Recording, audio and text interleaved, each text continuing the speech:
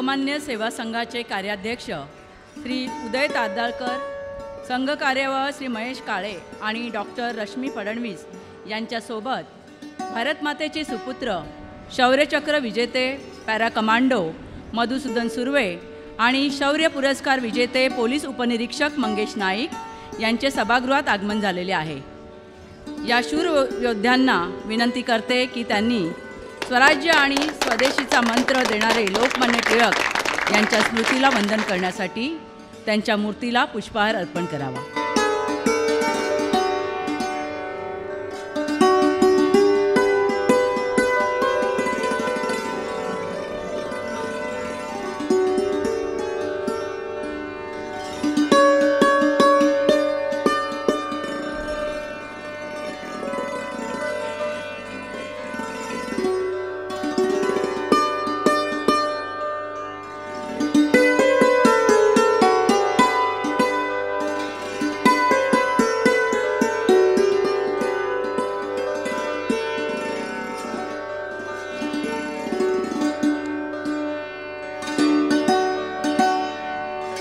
कार्याध्यक्ष श्री उदय तारदाळकर यांना विनंती करते की त्यांनी शौर्य आणि त्यागाचे चालते बोलते प्रतीक असलेल्या पॅरा कमांडो मधुसूदन सुर्वे आणि पोलीस उपनिरीक्षक मंगेश नाईक यांना सन्मानपूर्वक व्यासपीठावर घेऊन यावे।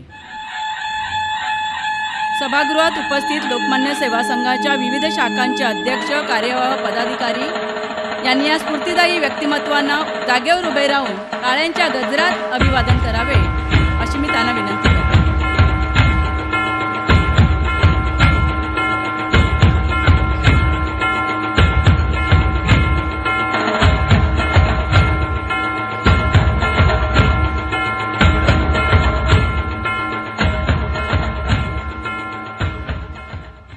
जय हिंद सर। अनामवीरा जिथे जाहला तुझा जीवनांत, स्तंभ तिथे ना कुणी बांधिला पेटली ना वात। अशा अनामवीरांच्या स्मृतींना अभिवादन करून लोकमान्य सेवा संघ आयोजित जवान कृतज्ञता दिनानिमित्त प्रणामवीरा कार्यक्रमात व्यासपीठावर उपस्थित सन्माननीय शौर्यचक्र विजेते पॅरा कमांडो मधुसूदन सुर्वे आणि शौर्य पुरस्कार प्राप्त पोलीस उपनिरीक्षक मंगेश नाईक, कार्याध्यक्ष श्री उदय तारदाळकर, सभागृहात उपस्थित देशाच्या संरक्षणासाठी विविध मोहिमेत अतुल्य योगदान दिलेले वीर जवान, संस्थेचे सर्व पदाधिकारी व सदस्यांचे सुरक्षा घोसाळकर शब्दसुमनांनी स्वागत करते। कृपया सभागृहात उपस्थित सर्वांना विनंती आहे की आपण सर्वांनी राष्ट्रगीताच्या सन्मानासाठी उभं राहायचं आहे। जनगण मन अधिनायक जय हे भारत भाग्य विधाता, पंजाब सिंध गुजरात मराठा द्राविड उत्कल वंग, विंध्य हिमाचल यमुना गंगा उच्छल जलधि तरंग, तव शुभ नामे जागे तव शुभ आशीष मागे, गाहे तव जय गाथा। जनगण मंगलदायक जय हे भारत भाग्य विधाता, जय हे जय हे जय हे जय जय जय जय हे। भारत माता की वंदे मातरम, वंदे मातरम। कृपया सर्वांनी स्थानापन्न व्हावे। सभागृहात उपस्थितांच्या सुरक्षित, आनंदी, निरोगी दीर्घायुष्याकरता प्रार्थना करण्यासाठी मी सौ प्रतिभा सराफ, सौ माया कुलकर्णी, सौ वैशाली जोशी यांना आमंत्रित करते। भारतवासी आम्ही सारे, भारतीय भाई, जमीन पावन भारतातली ही आमची आई, ही अमुची आई. अनेक भाषा अनेक भूषा अनेक सीमा अनेक रेषा, वंद्य तरी हा एक नकाशा, वंद्य तरी हा एक नकाशा. भिन्न देवळे भिन्न देवपण भेदभाव नाही. जमीन पावन भारतातली ही अमुची आई, ही अमुची आई. विविध पाकळ्या एक फुलाच्या, विविध तारका एक नभाच्या, अनेक धारा एक नदीच्या, अनेक धारा एक नदीच्या, अनेकतेवर एक तिरंगा झळकत हा राही. जमीन पावन भारतातली ही अमुची आई, ही अमुची आई. अमंगलाचे तोडून बंधन, न्यायनीतीला करून वंदन. इथे उभारू नवीन नंदन, इथे उभारू नवीन नंदन. हीच प्रतिज्ञा घुमवू आम्ही, हीच प्रतिज्ञा घुमवू आम्ही. दिशातून दाही जमीन पावन भारतातली ही अमुची आई. भारतवासी आम्ही सारे भारतीय भाई. जमीन पावन भारतातली ही अमुची आई, ही अमुची आई, ही अमुची आई.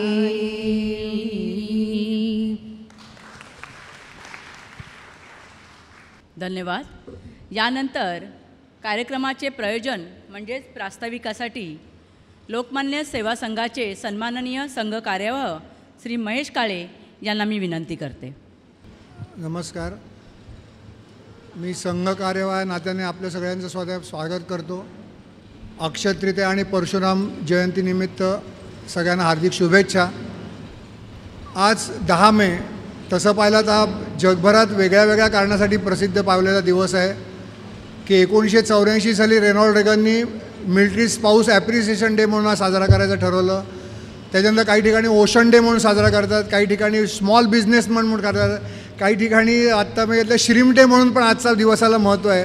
पण आपल्याला जे महत्त्व आहे ते आपल्या भारताचा जो पहिला उठाव झाला 1857 साली मेरठमध्ये जो उत्सव झाला त्याची जी सुरुवात झाली ती 10 मेला झाली.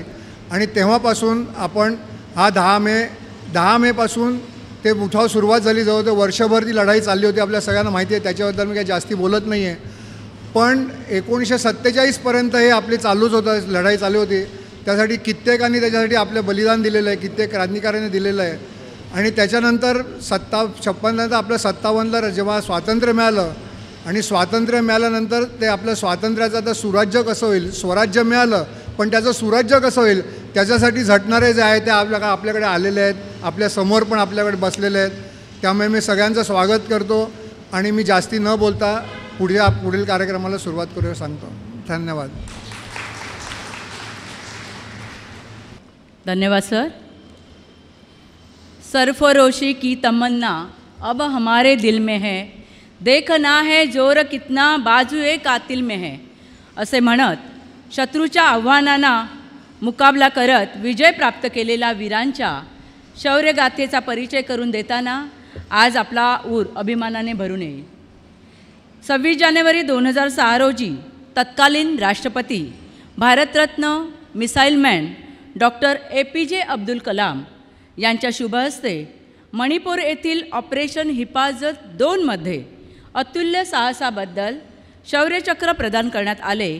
तसेच ज्यांच्या जीवनावर आता लवकरच चित्रपट प्रदर्शित होणार आहे असे पॅरा कमांडो मधुसूदन सुर्वे यांचा लोकमान्य सेवा संघाच्या वतीने यथोचित सन्मान करावा अशी कार्याध्यक्ष श्री उदय तादळकर यांना मी विनंती करते. त्यांची रणरागिणी पत्नी सुवर्णा सुर्वे यांनाही मी व्यासपीठावर आमंत्रित करते. मॅडम कृपया व्यासपीठावर यायचे. सरांच्या विविध मोहिमांची ओळख त्यांच्या अनुभव कथनातून आपणास होणारच आहे.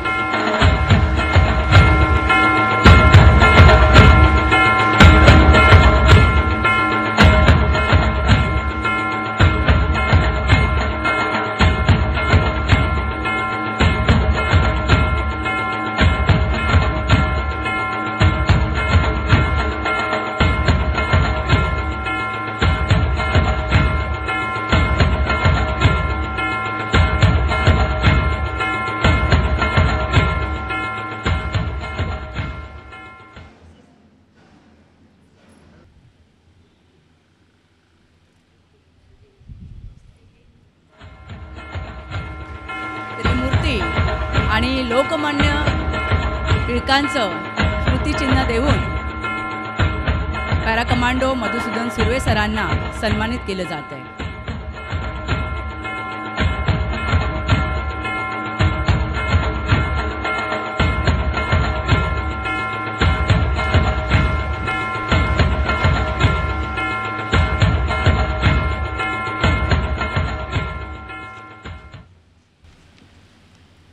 तदनंतर 26/11च्या मुंबई शहरावरील दहशतवादी हल्ल्यातील अजमल कसाब याला जिवंत पकडण्याचे धैर्य दाखवल्याबद्दल राज्यपाल के शंकर नारायण यांच्या शुभ हस्ते ज्यांना राष्ट्रपती शौर्य पुरस्कार प्रदान करण्यात आला. एअरफोर्सचे चीफ मार्शल VR चौधरी यांच्या शुभ हस्ते विज्ञान भवन दिल्ली येथे 6 सिग्मा अवॉर्ड, भारतीय शिक्षा पद्मभूषण पुरस्कार तसेच आत्तापर्यंत ज्यांना विविध अशा 850 पेक्षा जास्त पुरस्कारांनी सन्मानित करण्यात आलेले आहे त्यांची माहिती त्यांच्या मुलाखतीत ऐकणंच योग्य होईल असे शौर्यचक्र पुरस्कार विजेते पोलीस उपनिरीक्षक मंगेश नाईक यांचा सन्मान करण्यासाठी लोकमान्य सेवा संघाचे सन्माननीय कार्यवाह श्री महेश काळे यांना विनंती करत आहे. त्यांची अर्धांगिनी सौ मेघनाताई नाईक यांनाही मी व्यासपीठावर आमंत्रित करते.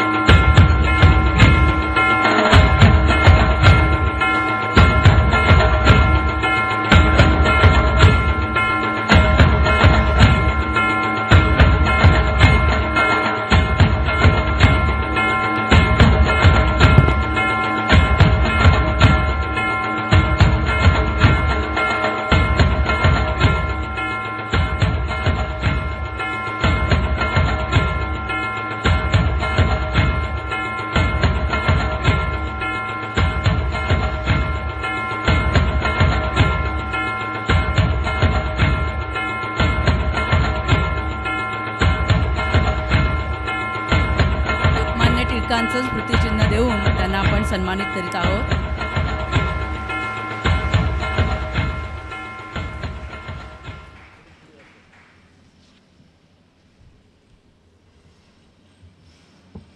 धन्यवाद सर.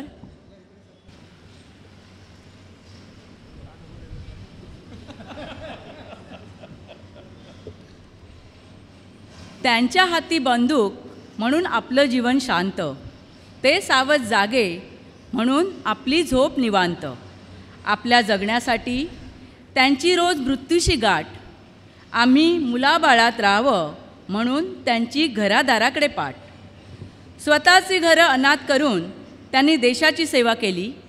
प्राणपणाने ते लढले म्हणून आपल्या घरात दिवाळी आली. त्यांच्या उपकारांची जाणीव कृतज्ञतेने ठेवूया. विशेष योगदान दिलेल्या वीरयोद्ध्यांचा सन्मान आपण करूया. सभागृहात उपस्थित सुभेदार आनंद पवार यांना व्यासपीठावर आमंत्रित करते. त्यांच्या सन्मानाकरिता मुकुंद फाटक कार्यवाह सांस्कृतिक शाखा सहकोषाध्यक्ष यांना विनंती करते.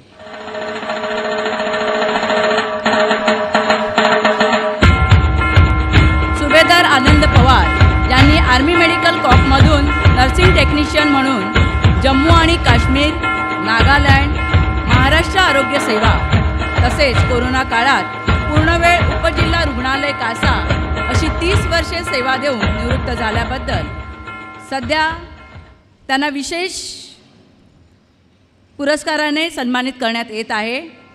ते पोलीस हॉस्पिटल नागपाडा येथे कार्यरत आहेत. धन्यवाद सर. सुभेदार प्रमोद विचारे यांना व्यासपीठावर आमंत्रित करते.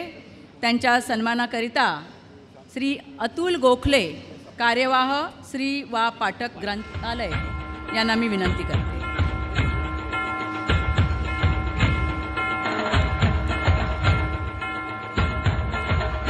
मराठा रेजिमेंट रायगड येथून निवृत्त झालेले आता मीरा रोड नालासोपारा पालघर IASL पालघर सचिव तसंच भारतीय जवान किसान पार्टीचे ते कार्याध्यक्ष आहेत आणि क्षत्रिय मराठा समाज वसई विरारचे सचिव म्हणून कार्यरत आहेत. आपल्यामध्ये हवालदार मेजर शत्रुघ्न महामुंडकर सर उपस्थित आहेत. यांना व्यासपीठावर आमंत्रित करते. त्यांच्या सन्मानाकरिता अलका गोडबोले उत्कर्ष मंडळाच्या ज्या कार्याध्यक्ष आहेत त्यांना मी विनंती करते आपण त्यांना सन्मानित करायचं आहे. हवालदार major Shatrughan Mahamundkar Bombay engineer group सैन्य दलात 24 वर्ष सर्व्हिस करून निवृत्त झालेले आहेत. सेनेमध्ये operation Rakshak medal, 9 years SM medal, 20 years LSM, 50 years IM medal, UTSV medal हे उच्च पहाडीवर त्यांनी सर्व्हिस दिल्याबद्दल आहे. तसेच operation Vijay star medal, Kargil operation class सुरक्षा मेडल, ब्लू कार्ड अवॉर्ड आणि वीर जवान पुरस्कार अशा विविध पुरस्कारांनी त्यांना सन्मानित केलेला आहे आणि सध्या सैनिक फेडरेशन महाराष्ट्राचे ते सचिव म्हणून कार्यरत आहेत. हवालदार रवींद्र सुर्वे यांना व्यासपीठावर आमंत्रित करते. त्यांच्या सन्मानाकरिता कुमार पंडित नागरिक दक्षता शाखेचे सक्रिय कार्यकर्ते यांना मी विनंती करते. रवींद्र वसंत सुर्वे 18 फील्ड मीडियम रेजिमेंट 17 वर्ष 3 महिने सेवा दिलेली आहे. आर्मीमध्ये कमांडपर्यंत क्रॉस कंट्रीमध्ये भाग घेतलेला आहे. ट्रेड गनर असल्या कारणाने त्यांना प्रॅक्टिस कॅम्पमध्ये 4 वेळा बेस्ट प्लेअर म्हणून तसंच आसाम कोकराझारमध्ये बेस्ट ऑपरेशन लीडर म्हणून बक्षीस देण्यात आलेले आहे. विशेष म्हणजे त्यांचे 4ही भाऊ सैन्यात आहेत. त्यापैकी एक भाऊ जम्मूमध्ये देशसेवा करताना शहीद झाले होते. सुभेदार सुभाष दरेकर यांना व्यासपीठावर आमंत्रित करते. त्यांच्या सन्मानाकरिता शहीद कॅप्टन विनायक गोरे यांच्या मातोश्री वीरमाता अनुराधाताई गोरे यांना मी त्यांना सन्मानित करण्यासाठी विनंती करते.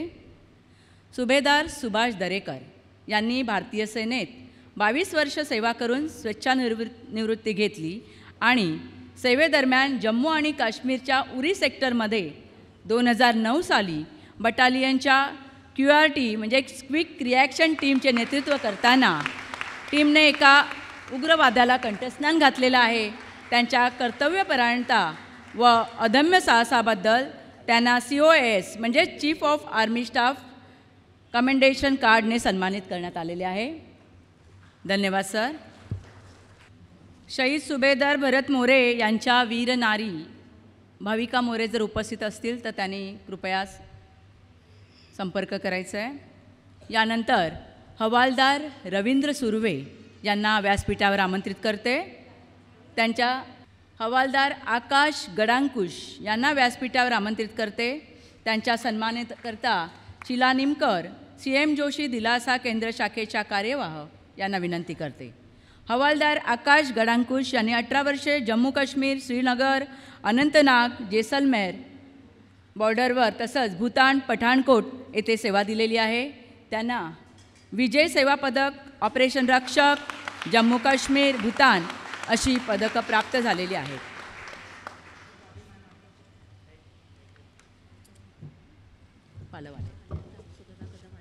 हवालदार अर्जुन पालव यांना व्यासपीठावर आमंत्रित करते. त्यांच्या सन्मानाकरिता विनीता हाटे नागरिक दक्षता शाखेच्या या कार्यवाह आहेत. त्यांना मी विनंती करते की आपण यांना सन्मानित करायचं आहे. निवृत्त हवालदार अर्जुन सूर्यकांत पालव यांनी 2nd पॅरा कमांडो बटालियनमध्ये 17 वर्ष सेवा केली. अनंतनाग येथे काश्मीर अतिरेक्यांशी लढताना त्यांच्या पायाला 2, हाताला 2 गोळ्या लागून जबर जखमी झाले असताना त्यांनी 2 अतिरेक्यांना ठार केले होते. आता मुंबई रेल्वे पोलीस दलात 17 वर्षापासून ते कार्यरत आहेत. धन्यवाद सर. नायक विलास पाटील यांना व्यासपीठावर आमंत्रित करते. त्यांच्या सन्मानाकरिता वैशाली जोशी, अध्यक्ष डॉक्टर कालबाग दिव्यांग पुनर्वसन केंद्र यांना मी विनंती करते.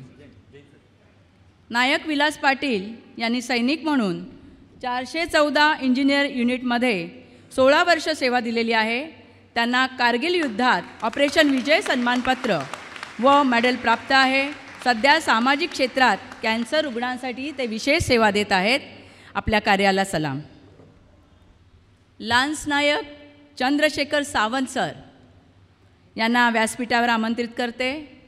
त्यांच्या सन्मानाकरिता आंतरराष्ट्रीय पर्यावरण तज्ज्ञ योगेन परीख यांना मी विनंती करते.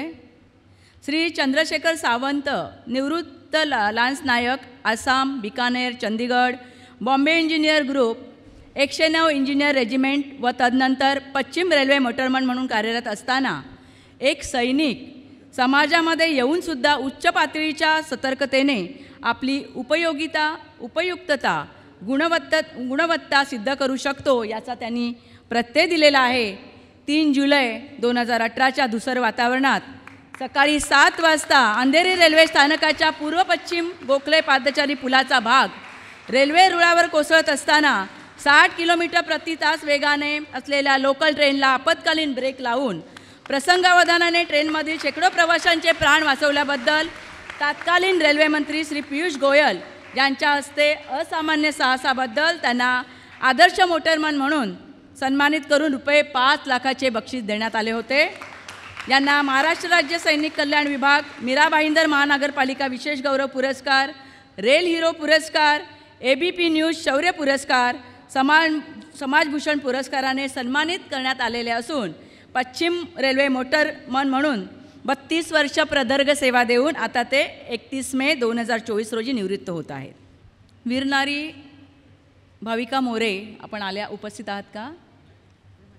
वीरनारी प्रिया उतेकर. हवालदार प्रकाश मिसाळ यांना व्यासपीठावर आमंत्रित करते. त्यांच्या सन्मानाकरिता प्रतिभा सराफ, कार्यवाह डॉक्टर कालबाग दिव्यांग पुनर्वसन केंद्र यांना विनंती करते की आपण त्यांना सन्मानित करायचं आहे. हवालदार प्रकाश मिसाळ हे आमच्या आर्मीच्या विविध ऑपरेशनमध्ये योगदान देऊन निवृत्त झालेले आहेत आणि अजूनही माजी सैनिक आणि युवकांसाठी कार्यरत आहेत. शिपाई संजय दळवी यांना व्यासपीठावर आमंत्रित करते. त्यांच्या सन्मानाकरिता भाग्यश्री परीख, CM जोशी दिलासा केंद्र अध्यक्ष आणि निवृत्त न्यायाधीश आहेत, त्यांना मी विनंती करते. शिपाई संजय दळवी हे युनिट ASC-MT मध्ये 17 वर्ष सेवा देऊन निवृत्त झाल्यावर SBIमध्ये सुरक्षारक्षक म्हणून कार्यरत आहेत. 43व्या इंडिया मास्टर राष्ट्रीय ॲथलेटिक्स स्पर्धेत 5000 किलोमीटर चालण्या स्पर्धेत त्यांना कांस्य पदक मिळालेलं आहे. 110 मीटर आणि 400 मीटर अडथळा शर्यतमध्ये त्यांना रौप्य पदक मिळालेलं आहे. तर 400 मीटर रिले स्पर्धेत त्यांनी सुवर्ण पदक प्राप्त केलेले आहे.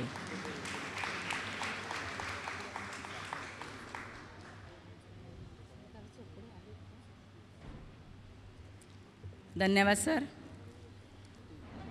सरदार चोपडे सर, ॲडव्होकेट दिनेश चंद्र दीक्षित यांना व्यासपीठावर आमंत्रित करते. त्यांच्या सन्मानाकरिता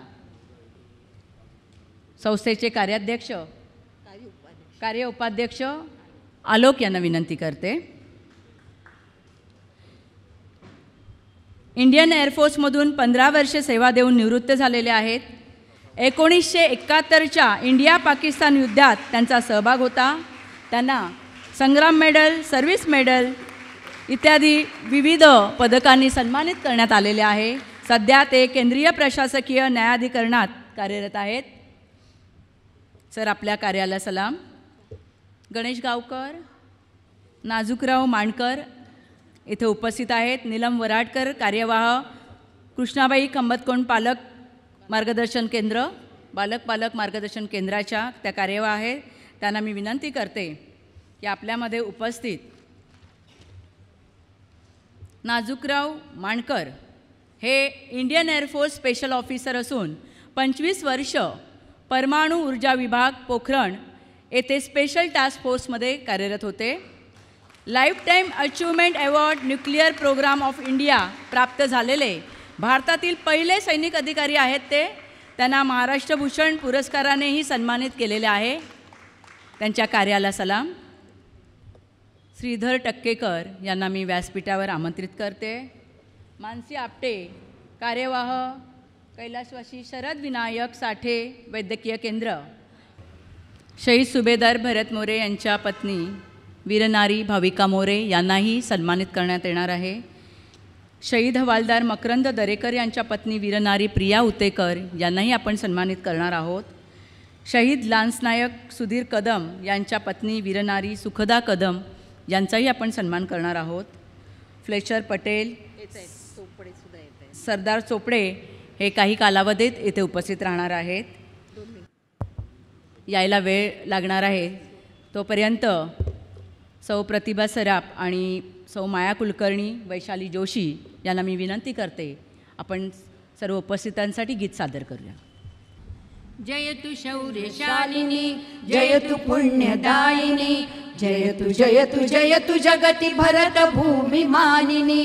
जयतु शौर्यशालिनी, जयतु पुण्यदायिनी, जयतु जयतु जयतु जगति भरत भूमि मानिनी.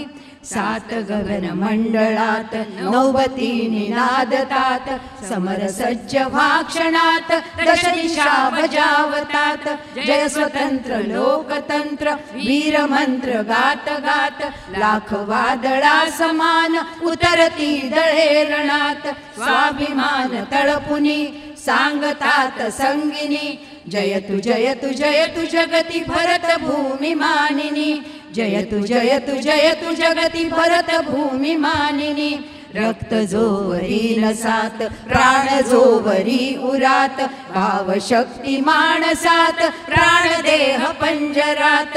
माय भूमि रक्षणात, झुंज धुंद सांगरात, या अशा उफाळतात लाख उर्मी अंतरात. धडकली पुरी बिनी, भडकल्या कडाबिनी, जयतु जयतु जयतु जगति भरत भूमि मानिनी.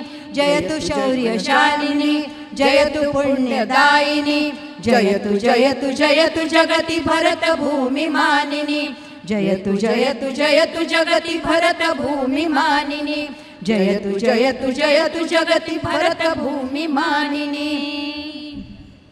ही कविता कविवर्य वसंत बापट यांची आहे.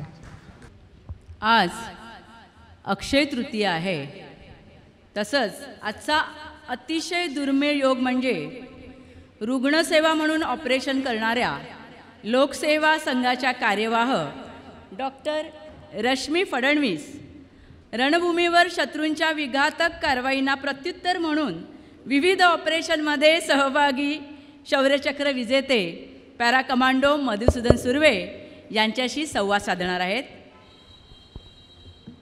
यापुढील सूत्र मी डॉक्टर रश्मी फडणवीस यांना सुपूर्द करते. जय हिंद सुर्वे साहेब. जय हिंद. सरहद्दीच्या रक्षणासाठी असलेली जवानांची फौज एवढंच जिवंतपणाचं लक्षण त्या कारगिलच्या परिसरात असतं. खरं आहे ना? बरोबर. आणि तापमान उन्हाळ्यातही बदलणारं शून्याखाली आणि वातावरण सतत बदलत असतं. म्हणजे एकदा पाऊस पडतो, एकदा ऊन येतं, एकदा एकदम काळोख होतो, काही समजत नाही. अशा तऱ्हेने दरडसुद्धा कुठून पडेल ह्याचीसुद्धा शंका असते. तर अशा वातावरणात आपली जवानांची फौज अगदी सर्वांना मदत करते. म्हणजे नुसते जवानांनाच मदत करते असं नाही, तर येणाऱ्या बाकीच्या टुरिस्ट लोकांनासुद्धा ती मदत करत असते असं आम्ही पाहिलेलं आहे. जेव्हा आम्ही कारगिलला गेलो होतो तेव्हा आम्ही पाहिलं. तर अशा कोसो दूर जवान जेव्हा येतात तेव्हा भारत मातेच्या प्रेमाखातर हे सगळं चालत असतं. तर अशा वेळेला जे शौर्यचक्र आपल्या दोघांना जे मिळालेलं आहे त्याचा आम्हाला खरंच अभिमान वाटतो. आता पॅरा कमांडो म्हणजे मुश्किल वक्त कमांडो सक्त अशी व्याख्या आहे. म्हणजे ज्या वेळेला 21 पॅरा स्पेशल फोर्सचं नाव ऐकलंच का लोकांचं कापरं भरायचं की बाबा ही फोर्स आला म्हणजे आमचं काहीतरी होणार आता. तर अशा वेळेला आपण किती ऑपरेशन्स पार केलीत? नमस्कार. जय हिंद. जननी जन्मभूमिश्य स्वर्गादबी गरियसी भरा नहीं जो बाहों से बहती जिसमें रसदार नहीं हृदय नहीं वो पत्थर है जिसमें स्वदेश का प्यार नहीं. आज आमचं अहोभाग्य की आज अक्षय तृतीया या दिवशी आज आपण सर्व एकत्र आलो आहोत. अक्षय तृतीयाच्या आपल्या सर्वांना खूप खूप शुभेच्छा. वीर नारी वीर पिता ज्यांनी देशासाठी वीरगती प्राप्त केली अशा सर्व शहीदांना, अशा सर्व वीर जवानांना माझं नमन. उपस्थित माझे योद्धे म्हणजेच आता इथे जे पूर्व सैनिक बसलेले आहेत सर्वांना मी नमन करतो. सॅल्यूट. उपस्थित बंधू भगिनींनो आणि मातांनो, विषय येतो ज्या वेळेला की मंचावरती बसलेले हे जे व्यक्तिमत्व आहे त्यांना सर्वांना नमन करतो. कारण मंच आज यांच्याबरोबर ज्या वेळेला बसायला मिळतं त्यावेळेला कुठेतरी असं वाटतं की छातीमध्ये हे मेडल जे आहेत ना ते काहीतरी दर्शवतात की अशा व्यक्तींबरोबर आपल्याला बसायला मिळतं हे आमचं अहोभाग्य. आणि आज आपल्यासमोर एक अशी वीर माता बसलेली आहे की त्यांच्यामुळं आपला एक कुठला तरी ॲटमॉस्फिअर आजचा जो आहे एकदम वेगळाच आहे. कॅप्टन विनायक गोरे यांची आई आज आपल्यासमोर बसलेले आहेत. त्यांना नमन करतो. कारण ज्या वेळेला आपला जवळचं कोणतरी देशासाठी शहादत ज्यांनी पत्करली, वीरगती ज्यांनी पत्करली आणि अशा वीर माता आपल्यासमोर बसलेल्या आहेत. सुरुवात करूया की लढाईचं कारगिल युद्धातलं. कारगिल युद्धाचं बरोबर आहे. ऑपरेशन विजयपर्यंत कसेपर्यंत तुम्ही प्रवास केलात? ऑपरेशन विजय 3 मे 99ला कारगिलची सुरुवात झाली होती. त्या अगोदरची त्याच्यानंतर ज्या वेळेला तुम्ही प्रश्न विचाराल त्याचं मी उत्तर देईनच. तत्पूर्वी एवढं सांगतो की ज्या वेळेला माझं युनिट 21 पॅरा स्पेशल फोर्स जी जोरहाट आसाममध्ये होती प्लस 23 डिग्री ज्या वेळेला जोरहाटचं टेम्परेचर आणि तिकडून उचलून आम्हाला ज्या वेळेला लढाई लागली कारगिलची त्यावेळेला उणे -19 डिग्री यातले आमचे काही सैनिक असतील त्यांनी जी लढाई लढलेली असेल -19 डिग्रीवरती ज्या वेळेला नेऊन पोचवलं आम्हाला त्यावेळेला कळतं की जब प्लसमधून मायनसवरती जातं त्यावेळेला शरीर आपलं साथ देत नाही. त्याच्यासाठी आपल्याला तिकडचं क्लायमेटेशन करावं लागतं आणि क्लायमेटेशन केल्याच्या नंतर मग आपण त्या ॲटमॉस्फिअरमध्ये आपल्याला मिळतं आणि त्याच्यानंतर मग आपण लढाईला सुरुवात करतो. तेच झालं. आम्ही सुट्टीवरती होतो. आम्हाला टेलिग्राम मिळाल्याच्या नंतर आम्ही श्रीनगरहून गुमरीपर्यंत पोहोचलो. गुमरीला आमचं हेडक्वार्टर होतं. हेडक्वार्टरमध्ये रिपोर्ट केल्याच्या नंतर आणि आम्ही आमचं बेस बनवायला सुरुवात केली. गुमरीनंतर आम्हाला टास्क होतं तोलोलिंग. आपण सर्वांनी त्याचं नाव ऐकलंच असेल. टायगर हिल आणि तोलोलिंग या 2 उंच पहाड्या ज्या होत्या त्या पाकिस्तानने कॅप्चर्ड केल्या होत्या. NH1 जो श्रीनगरपासून लेह लडाखला जाणारा जो रोड आहे त्याच्यावरती जनरल परवेज मुशर्रफ पाकिस्तानचे अध्यक्ष किंवा राष्ट्रपती किंवा सेना अध्यक्ष त्यावेळेचे त्यांनी काय केलं होतं, काही मुजाहिदीन म्हणजेच तिकडचे सैनिक किंवा जे सिव्हिल ड्रेसवरती लढाई लढणारे उग्रवादी आतंकवादी त्यांनी भारतावरती जसं आपलं म्हणजे जेनेव्ह कन्व्हेन्शन आहे त्याच्या हिशोबाने आपल्याला आपली पोस्ट सोडून बर्फ पडायला लागला की आपल्याला खाली यावं लागतं. त्या हिशोबाने आपलं भारतीय सैनिक आपल्या पोस्ट सोडून खाली बेसमध्ये आलं होतं. पाकिस्तानने काय केलं की आपण ज्या वेळेला खाली बेसवरती आलो त्यांनी संपूर्ण जेवढे आपले पोस्ट होत्या तेवढ्या कॅप्चर्ड केल्या. बरोबर. आणि त्यानंतर आपला एक आरोपी आपली वरती पाहणी करण्यासाठी गेली. तर त्यांना आरोपी नाही तर एक गुराखी चरवा मतलब मेंढपाळ वरती तिथपर्यंत पोहोचला. त्याला कळलं की आपल्या पोस्ट ज्या आहेत त्या पाकिस्तानने कॅप्चर्ड केलेल्या आहेत आणि त्यांचा तिथे झेंडा लावलेला आहे. त्याने येऊन ही गोष्ट खाली बेसमध्ये सांगितली आणि बेसमध्ये सांगितल्यानंतर त्या तिकडचं जो युनिट होतं 3 जाट त्यांनी आपलं एक आरोपी वरती पाठवली. एक स्क्वॉड जो रेकी करण्यासाठी वरती पाठवलं आणि त्या स्क्वॉडचं जो कॅप्टन सौरभ कालिया हे त्याचं नेतृत्व करत होते. त्यांच्या अंडर कमांडमध्ये ती वरती तिथपर्यंत पोहोचले होते. आणि तिकडे पोहोचल्याच्या नंतर पाकिस्तानने त्यांच्यावरती ॲम्ब्युश केला. ॲम्ब्युशमध्ये त्यांना चारोतरफ घेऊन त्यांना मारलं. त्यांच्यावरती अमानुष त्यांचे असे हाल केले की ते त्यांचे छोटे छोटे तुकडे करून त्यांना बोरीमध्ये भरून गाढवावरती म्हणजे तिकडे खेचर आहेत खेचरमध्ये बनवून आतमध्ये टाकून त्यांना आपल्या बेसमध्ये पाठवलं.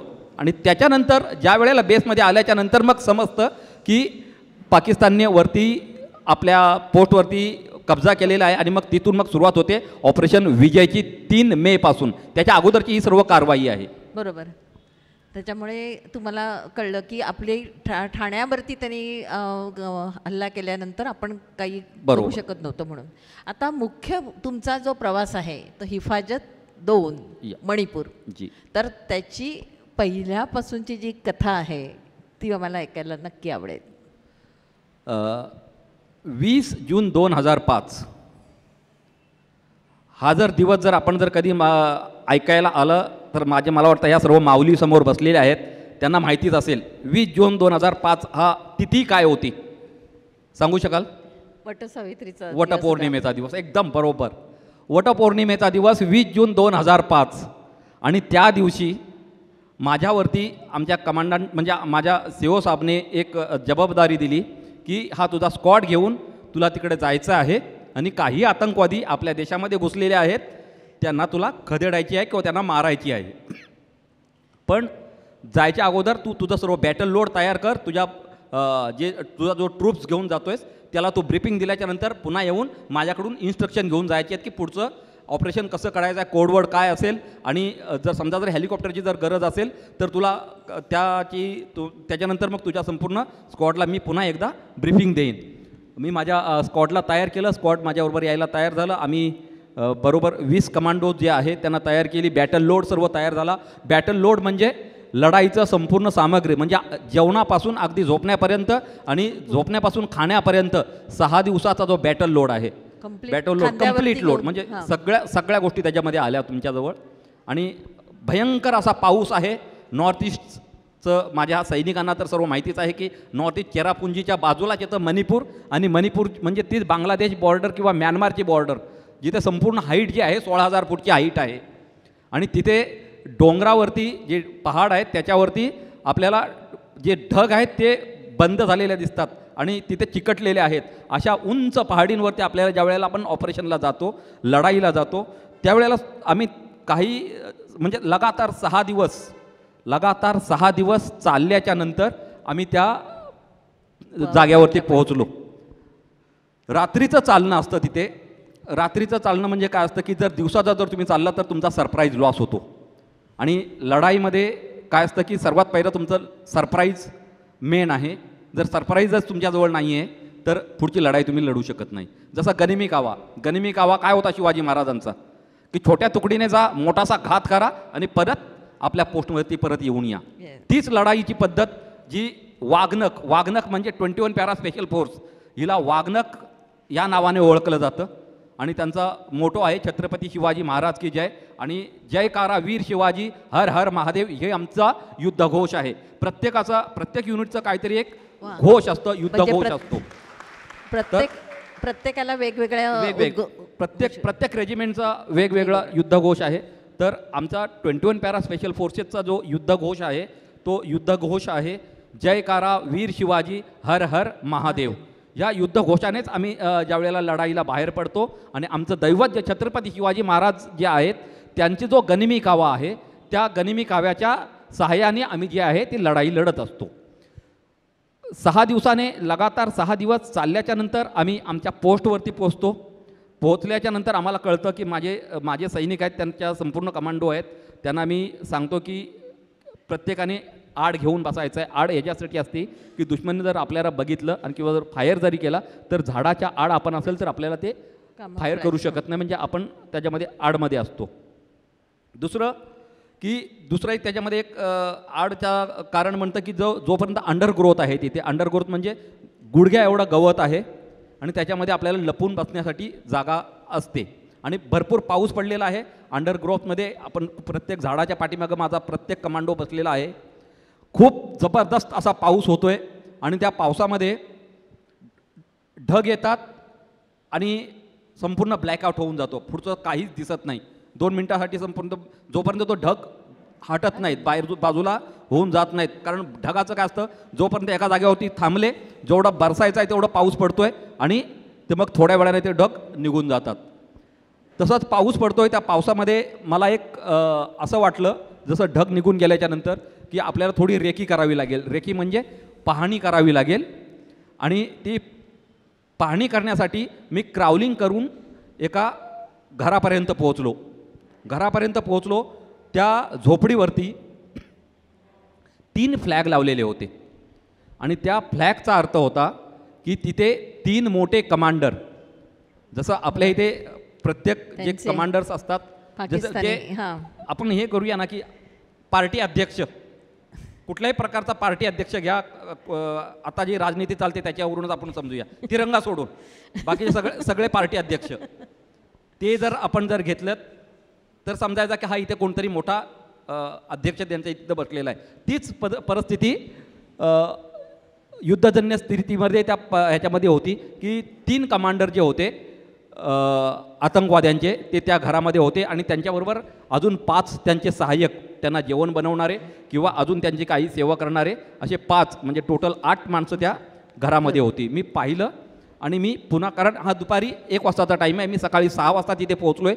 6 वाजल्याच्या नंतर माझे सर्व सैनिक जे आहेत ते पाहणी करतायत, रेकी करतायत, पण सगळे आतमध्ये अंडरग्रोथ म्हणजे लपून आहेत. सर्व ती पाहणी चालू आहे. स्फोटस्कोप लावला आहे. स्फोटस्कोप म्हणजे एक मोठी दुर्बीण असते, तिच्यावरती तिला कॅमोफ्लाइज करून आम्ही सर्व ती पाहणी करतोय. सकाळी 6 वाजल्याच्या नंतर काही आतंकवादी, म्हणजे आपल्या इकडे सर्वांच्या घरी टॉयलेट बाथरूम आहेत, जंगलामध्ये किंवा त्या गावांमध्ये अजून ती सुविधा पोहोचलेली नाही आहे. एवढं आहे की तिथपर्यंत अजून लाईटसुद्धा पोहोचलेली नाही आहे, एवढी हाईटवरती ती घरं आहेत. आणि ती सकाळची 6 वाजल्याच्या नंतर सर्व जी प्राथमिक जे आपले करण्यासाठी ती बाहेर पडतात, नदीवरती जातात, नाल्यावरती जातात आणि परत येत आहेत. आणि त्याच्यामध्ये आमची गिनती सुरू झाली. जवळजवळ आम्ही 35 किंवा 40 लोकं आम्ही तिथे पाहिली. आणि मग ती लोकं हे होती, सर्व आतंकवादी होते, त्यांच्याजवळ प्रत्येकाजवळ हत्यार होतं आणि एकदम ते क्लिअर होतं की हे आतंकवादीच आहेत. पण जोपर्यंत मी माझ्या कमांडोला सांगितलं होतं की जोपर्यंत मी सांगत नाही आहे तोपर्यंत आपण फायर करायचा नाही आहे, कारण जोपर्यंत जे कमांडर, मी पाहणी करून आलो होतो तिथून आणि आमचं असं एक ठरलं होतं की आपण जास्तीत जास्त धमाका कुठल्या वेळेला देऊ शकतो, तर या तो ब्रेकफास्टच्या वेळेला, या तर जेवणाच्या वेळेला, या तर संध्याकाळच्या जेवणाच्या वेळेला, म्हणजे एकत्र सर्व येतील त्यावेळेला. आपण डायरेक्ट जर आपण त्यांच्यावरती अटॅक केला तर सगळेच्या सगळे आतंकवादी जेवढे आहेत ते एका धमाक्यामध्ये, म्हणजे लवकरात लवकर आपल्याला मारण्यामध्ये आपण यशस्वी होऊ शकतो. आणि तेच मी केलं. मी माझ्या कमांडोला सांगितल्यानंतर मी ती पाहणी करून आलो. पाहणी करण्यासाठी ते एका झोपडीकडे क्रावलिंग करून तिथपर्यंत पोहोचलो तिकडपर्यंत पाहिलं त्यांना, तर आतमध्ये हे तिघेजण कमांडर आणि त्यांचे 5 जे आतंकवादी त्यांचे सहाय्यक, ते आतमध्ये सर्व ते जेवणाची सर्व तयारी चालली होती. आणि अशामध्ये मी क्रावलिंग करून पुन्हा माझ्या जिथे मी आड घेऊन बसलो होतो त्या झाडाखालती मी येत होतो. इतक्यात काय झालं, वरून एक आतंकवादी आपली बंदूक AK-47 सिलिंग आर्म करून पाठीला लावून तो वरती पंचू म्हणजेच रेनकोट घालून वरून हूड लावलेला आहे त्याचं, आणि तो मला क्रॉस करून पुढे चालला आहे त्या घराकडे जिथे जे कमांडर्स बसलेले आहेत तिथे. आणि ते कमांडरच्या आतमध्ये सर्व वायरलेस सेट आहेत, जसं आपलं हा इथे रेडिओ सेटचं जसं सर्व इक्विपमेंट हा इथे आहे, हा इथे सर्व हेडक्वार्टर हा बसलेला आहे आपल्या इथे समोरच.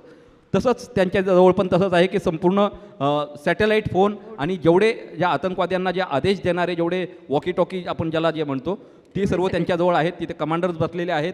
आणि मी ते पाहिल्याच्या नंतर मी पुन्हा पाठीमागं आलो आणि मला तजवीज करायची होती की 12 या 1 वाजता आपल्याला सर्वांना त्याच्यावरती त्या घरावरती अटॅक करायचं होतं, म्हणजे तो घरच उडवून द्यायचं होतं. इतक्यात काय झालं, वरून एक आतंकवादी आला आणि मला क्रॉस करून त्या घराकडे निघाला. मी क्रावलिंग करून चाललो आहे आणि तो चांगला उभ्याने चालला आहे. मी त्यात माझ्या 5 फूटपासून तो दूर होता, पण त्याला हे दिसलं नाही की अंडरग्रोथ होता, गुडघ्या एवढा गवत आहे. मी क्रावलिंग करून इकडे पुढे येतो आहे आणि तो मला क्रॉस करून पुढे चालला. त्याचं लक्ष नाही माझ्या बाजूला, कारण मी उजव्या बाजूला मी आहे आणि तो त्या साईडनं दुसऱ्या साईडनं त्या घराकडे चालला आहे. चालताना माझ्या तुरंत लक्षात आलं की याने जर मला पाहिलं, कारण रस्त्यामध्ये जर आपण गवतातून जर चाललो ना तर एक रस्ता असा बनतं, गवत इकडे तिकडे होतो आणि एक वाट बनून जाते, एक रस्ता असा बनतं. आणि त्याच्यामध्ये त्याने जर माझ्या लगेच तुरंत लक्षामध्ये आलं की जर याने जर पाहिलं मला तर हो शकता हा तुरंत माझ्यावरती फायर करेल. मी काय केलं, U-टर्न पुन्हा तसंच त्याच्या पाठीमागे U-टर्न घेतलं आणि त्याच्या पाठीमागे चालायला सुरुवात केली. आणि त्या खूप पाऊस भयंकर पाऊस असा पडतो आहे, त्याने डोक्यावरती त्याचा हूड आहे आणि तो पुढे चालताना मी पाठीमागून गेलो. जाताच मी माझी कुकरी काढली, त्याचा तोंड दाबला आणि त्याचा गळा कापला. त्याला बोलतात संट्री सायलेंट. गळा कापल्यावरती काय होतं की हा गळ्याचा कंठ आहे, तो कापल्यावरती माणूस मरत नाही. कंठ कापल्यावरती फक्त त्याचा आवाज बंद झाला, पण तो मेला नाही, तो तडपडत राहिला. पुन्हा त्याला आडवं केलं, जमिनीवरती घेतलं आणि त्याच्या कानाखालची ही जी मोठी नस आहे ती कापली आणि त्याला जोपर्यंत थंड पडला नाही, एक गुडघा होता तो त्याच्या कमरेला लावला. कारण मी कराट्याची पण ट्रेनिंग घेतलेली आहे, मी ब्लॅक बेल्ट होतो त्यावेळेचं, म्हणजे आताचं सोडा, आताचं काही एक्सरसाइजच नाही आहे. पण त्याला पाडल्याच्या नंतर त्याच्या कमरेला पाय लावला, त्याचा गळा पुन्हा वरती उंचलला आणि संपूर्ण त्याचा जोपर्यंत थंडा पडला नाही तोपर्यंत त्याला सोडलं नाही. थोड्या वेळानं तो त्याचा संपूर्ण जीव थंड पडला, मेला तिथे. आणि मग मी पुन्हा माझ्या लोकेशनवरती आलो आणि मग मी माझ्या साथींना सांगितलं की याला पाहण्यासाठी जर कोण दुसरा आला तर आपल्यावरती पुन्हा हल्ला करायची बहुतेक त्यांना ती संधी मिळेल. तत्पूर्वी मी काय करतोय, या घरामध्ये जाऊन ग्रेनेड टाकतो आणि जो धमाका होईल त्याच्यामध्ये काय मरतील ते बघण्यासाठी कोण ना कोणतरी येईलच, बाहेर पडेलच. मग आपण यांच्यावरती लगेच अटॅक करूया. मी तिथे गेलो, ग्रेनेड तयार केले. ग्रेनेड म्हणजे हँडबॉम्ब, म्हणजे सिव्हिलियनना आपल्या माता लोकांना काय माहिती नसेल की ग्रेनेड काय असतं, तो हँडबॉम्ब. आणि फौजींना तर सर्वांनाच माहिती आहे की 36 हँड गन म्हणजे त्याच्यामध्ये 36 स्प्लेंडर असतात, 36 तुकडे एकाच वेळेला बाहेर पडतात आणि आतमध्ये बारूद असते. ती एकदम खतरनाक अशी आहे की जर एक लागली तरी तुमचा जीव जाण्याची शक्यता आहे. अशामध्ये तो तिथपर्यंत मी पोहोचलो. ग्रेनेड तयार केले आणि 3 ग्रेनेड त्या घरामध्ये फटकन टाकले, म्हणजे पिन काढल्या त्याच्यामध्ये टाकून दिले आणि पुन्हा मी माझ्या त्या घराच्या खाली लपून बसलो. जसं फट कसं एकदम ब्लास्ट झाले, ठाक ठाक ठाक असा 3 मोठेसे ब्लास्ट झाले. आणि त्याच्यामध्ये त्या ब्लास्टमध्ये त्यांचे 3 कमांडर आणि ते 5 व्यक्ती ज्या आतमध्ये बसलेल्या होत्या, सर्व ते आतंकवादी बसले होते, सगळेच्या सगळे ढेर झाले, सर्वच्या सर्व मेले. फार सुंदर. फार म्हणजे तेवढंच नाही तर त्यांच्याबरोबर त्यांचं वायरलेस इक्विपमेंट किंवा सॅटेलाईट फोन जे ते सगळेच्या सर्व डिस्ट्रॉय झाले. स्ट्रॅटेजी बरोबर झाली तुमची. हा बरोबर, एकदम की जे योजलं होतं ते एकदम योग्यच झालं. सगळेच्या सर्व मेल्याच्या नंतर बाहेरचे जेवढा मोठा एक धमाका झाला, त्यांना वाटलं की काहीतरी आतमध्ये ॲम्युनेशन असेल किंवा आपल्याच लोकांमध्ये काय फायर झाले का, कारण आमची सरप्राईज एकदम टॉप लेवलचा होता, कुणालाच काही कळलं नाही. फक्त एकच एवढंच होतं की एक ब्लास्ट झाला आहे आणि ते पाहण्यासाठी बाहेर जेवढे बसलेले आतंकवादी आहेत ते यायला सुरुवात झाली. कारण आजूबाजूच्या संपूर्ण गावामध्ये जेवढे आतंकवादी बसले होते ते एक एक एक एक एक एक बाहेर पडून त्या घरामध्ये पाहण्यासाठी यायला लागले आणि एकदम गोंधळच सुरू झाला. कारण त्यांच्याजवळ काय रेडिओ सेट आणि एवढं काय सायलेंट हे नाही आहे त्यांच्याजवळ, सिक्युरिटी नव्हती अशी काही की हळूहळू बोला किंवा काय करा. ते जोराने मग किंचाळायला आणि त्यांच्या भाषेमध्ये ते बोलायला सुरुवात केली त्यांनी. आणि जसं जसं ती त्या घराकडे यायला लागले आणि एक धूरसा निघायला म्हणजे धूर झाला बाहेर पडला, तसं एक एक आतंकवादी येतोय तसं तसं प्रत्येक झाडामागे माझा सैनिक बसलेला, सर्व कमांडो बसले होते एक एक. जसं जसं ज्याला जो जो दिसत होता तसं तसं त्याला तो टिपत होता. आणि असे जवळजवळ 35-36 आतंकवादी त्या बाहेरच्या माझ्या जेवढे कमांडो होते त्यांनी टिपले होते. आणि अशामध्ये काय झालं की मोसम खराब झाला आणि पुन्हा ब्लॅकआउट झालं, संपूर्ण दिसायचं बंद झालं. इतक्यात ढग आले, ढग बरसले, पाऊस पडला आणि त्यातून ते ढग निघून गेले आणि माझा एक कमांडो तेथून उठून आपली साईट चेंज करून दुसरीकडे चालला होता. चालतोय तर एका आतंकवाद्याने त्याला पाहिलं आणि त्याच्यावरती फायर केला. त्याच्या टाचेला गोळी लागली, ईडीला गोळी लागली आणि तो जमिनीवरती कोसळला. त्यांनी सांगितलं, सर मला गोळी लागले आणि मी इथे पडलो आहे. आणि मोसम झुंजू म्हणजे थोडंसं ब्लॅकआउटच होतं, पण मला नेमकी त्याची साईट कळली नाही. मी त्याला बोललो की तुझी साईट कुठली आहे ती मला कळव, म्हणजे फायर करून मला सांग की ॲक्च्युअल, कारण एवढ्या फायरमध्ये आम्हाला काय कळलं नाही की फायर इकडून होतोय, चारी बाजूने फायर होतोय आणि त्या फायरमध्ये तुझी साईट कुठली आहे, कुठे पडलं आहे ते मला नेमकं माहिती नाही आहे. तर त्याने मला डबल टॅपचा एक फायर दिला. मला कळलं की हा माझा साथी जो आहे तिथपर्यंत त्या साईडवरती पडलेला आहे. मी क्राउलिंग करून तिथपर्यंत पोहोचलो आणि ब्लॅकआउट झालं. पुन्हा ढग आले, सर्व पुढचं दिसायचं सर्व अंधार आला, बंद झालं. पुन्हा ढग निघून गेले आणि मी माझ्या साथीला उचलून मी जिथे मी बसलो होतो ज्या झाडाखाली, त्याला मी उचललं आणि मी माझ्या झाडाखाली त्याला घेऊन येत होतो. इतक्यात त्या आतंकवाद्याने काय केलं, ज्या माझ्या साथीला गोळी मारली होती त्याला माहिती होतं की ह्याला उचलण्यासाठी कोणतरी येईल, तो घात लावून बसला होता.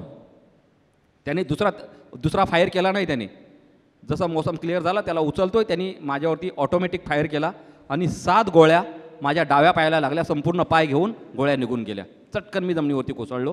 माझा साथी माझ्या खांद्यावरती होता, गडगडत खाली नाल्यामध्ये गेला. आतंकवादी तो उभा राहिला, त्याला वाटला हे मेला असेल. उभा राहिला, त्याने बघितलं, कारण 15 फुटावरती ही गोष्ट आहे, नजरेला नजर भेटते, कारण तो उंचावरती आहे, आम्ही खाली नाल्यामध्ये म्हणजे खाली गडगडत जाईल अशा जागी मी आहे. वरती त्याने उभा राहिला, त्यांनी पुन्हा सेकंड ब्रस्ट केला, दुसरा फायर केला आणि 2 गोळ्या माझ्या उजव्या पायाला लागल्या. संपूर्ण पाय मोडून कमरेला चिकटला. पुन्हा तो उभा राहिला, 5 फुटावरती आला, त्याने तिसरा बस्ट केला आणि मी काय केलं, जसं मला कळलं की मला गोळ्या लागल्यात, मी करवट बदलली म्हणजेच गोलांटी खात पोटाच्या बल दुसऱ्या जागेला मी जायला सुरुवात केली. इतक्यात त्याने तिसरा ब्रस्ट केला, 2 गोळ्या माझ्या पोटामध्ये लागल्या, आतड्याबाहेर. माझ्या हातातून माझी जीवनसंगिनी सटकली, माझी AK-47 माझ्या हातातून सटकली आणि ती दुसरीकडे जाऊन पडली. तो पुन्हा उभा राहिला, 5 फुटावरती आला, दोघांचे नजर मिळते. तो मला बघतोय, मी त्याला बघतोय आणि त्याने पुन्हा माझ्यावरती बंदूक ताणली आणि बोलतात ना की जागोरा का साह्य मार सके ना कोई, त्या परमपिता भगवान परमपिता ज्या देवीला मानतो, मा शेरावालीने माझ्या हातामध्ये बंदूक दिली. जशी होती तशीच मी उचलली आणि त्याच्यावरती ताणल्यावरती काय केलं, जेवढे माझा बस्ट होता तो मी त्याच्यावरती ब्रस्ट केला आणि त्याला उभं चिरलं. कारण 3 फुटावरती होता, मी कुठलंच त्याच्यावरती शिस्त घेऊन मारली नाही, एम घेतलं नव्हतं. जसं होतं तसंच त्याच्यावरती ताणली होती गोळी. ट्रिगर प्रेस केलं, जशी गोळी फायर करताना काय होते, आपण जमिनीवरती जरी फायर केलं ना तरी अशी वरती उठते ती गोळी. तशीच गोळी वरती उठली होती, बंदूक अशी वरती उठली आणि संपूर्ण फायर त्याला वरपर्यंत लागलं. तो येऊन माझ्यावरती पडला, 3 फुटावरतीच होता, उठून माझ्यावरती पडला. पुन्हा मी जरासा पाठीमागे शिरलो आणि त्याला हेडशूट घेतलं, त्याचा दिमाग बाहेर काढून टाकलं. आणि मग मी माझ्या कमांडरला सांगितलं, सर मला गोळी लागले, माझ्या साथीला पण गोळी लागले. बरोबर. इतक्यात मोसम खराब होतोय आणि माझ्या कमांडरनी ताबडतोब हेलिकॉप्टर तिकडून इम्फालला हेलिकॉप्टर होतं. इम्फालहून त्यांनी हेलिकॉप्टर पाठवलं आमच्या ज्या लोकेशनमध्ये मी होतो तिथे. संध्याकाळी 4-3:30 वाजले असतील. हेलिकॉप्टर वरती फिरायला लागला. इतक्यात आतंकवाद्यांनी काय केलं, त्यांना कळलं की इथे काहीतरी झालेलं आहे वेगळंच. त्यांनी हेलिकॉप्टरवरती फायर करायला सुरुवात केली. हेलिकॉप्टरवरती फायर करतात. हेलिकॉप्टरला लगेच कळलं की जे बुलेट येते ना वरती, तर हेलिकॉप्टरला कळलं की आमच्यावरती फायर होतं आहे. आणि हेलिकॉप्टरने सांगितलं की अशा परिस्थितीमध्ये आम्ही डाऊन नाही होऊ शकत. आणि एवढ्यामध्ये मोसम खराब झाला. पुन्हा ब्लॅकआउट. मोसम खराब झाल्यावरती हेलिकॉप्टरनं तिथे फेऱ्या घातल्या आणि हेलिकॉप्टर 4-4:30 वाजता वापस तिथून फिरला. आणि त्यांनी सांगितले, हेलिकॉप्टरचे जे पायलट होते त्यांनी सांगितलं की यांना उद्या सकाळपर्यंत वाचवून ठेवा. फर्स्ट लाईट होईल जेव्हा सकाळी 7 वाजतील, आम्ही येऊ, यांना पुन्हा घेऊन जाऊ. आणि खरं तर सुरुवात होते ऑपरेशनची इथूनच, म्हणजे माझ्या जीवनाची. ऑपरेशन तर आम्ही सक्सेस केलंच होतं, पण त्याच्यानंतर जगेन की वाचेन हे त्या परमेश्वरालाच माहिती होतं. आणि त्यानंतर मग ती सकाळी रात्री मग संध्याकाळी 5-6 वाजता नॉर्थ ईस्टला लवकरच, म्हणजे ज्या हाय अल्टिट्यूडमध्ये आहे नॉर्थ ईस्टला लवकरच अंधार होतं. आणि 5 वाजता अंधार व्हायला सुरुवात झाली. माझे जेवढे साथी होते सर्व साथींना मी सांगितलं की तुम्ही प्रत्येकाने आता फायरवरती कंट्रोल ठेवा, कारण संपूर्ण रात्र आपल्याला हे आतंकवाद्यांबरोबर काढायची आहे. किती आहेत आपल्याला माहिती नाही आहे, कारण आपल्याला आपली जी फोर्स आहे, रिएन्फोर्समेंट फोर्स जी आहे, आपल्याला पाठी देणारी QRT जी आहे ती लवकर येऊ शकत नाही, कारण आपण 6 दिवस चालल्याच्या नंतर आपण इथे पोहोचलो आहे. आणि हे एका रात्रीमध्ये चालून आपल्यापर्यंत ते पोहोचू शकत नाही आहेत.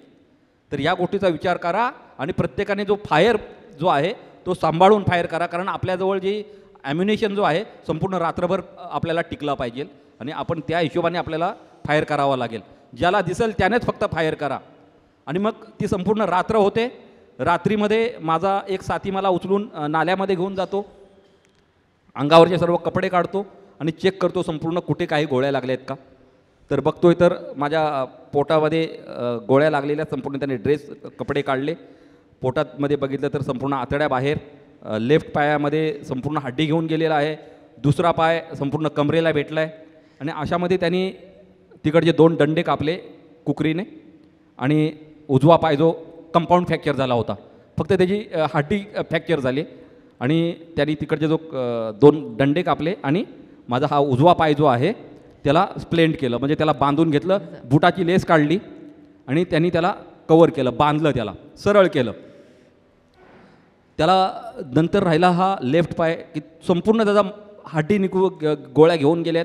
फक्त मांस राहिला आहे आणि खालच्या पंजाला काही नाही झालं, फक्त वरची पोटरीचा हिशोब आहे तेवढाच फक्त गोळ्या घेऊन गेल्यात.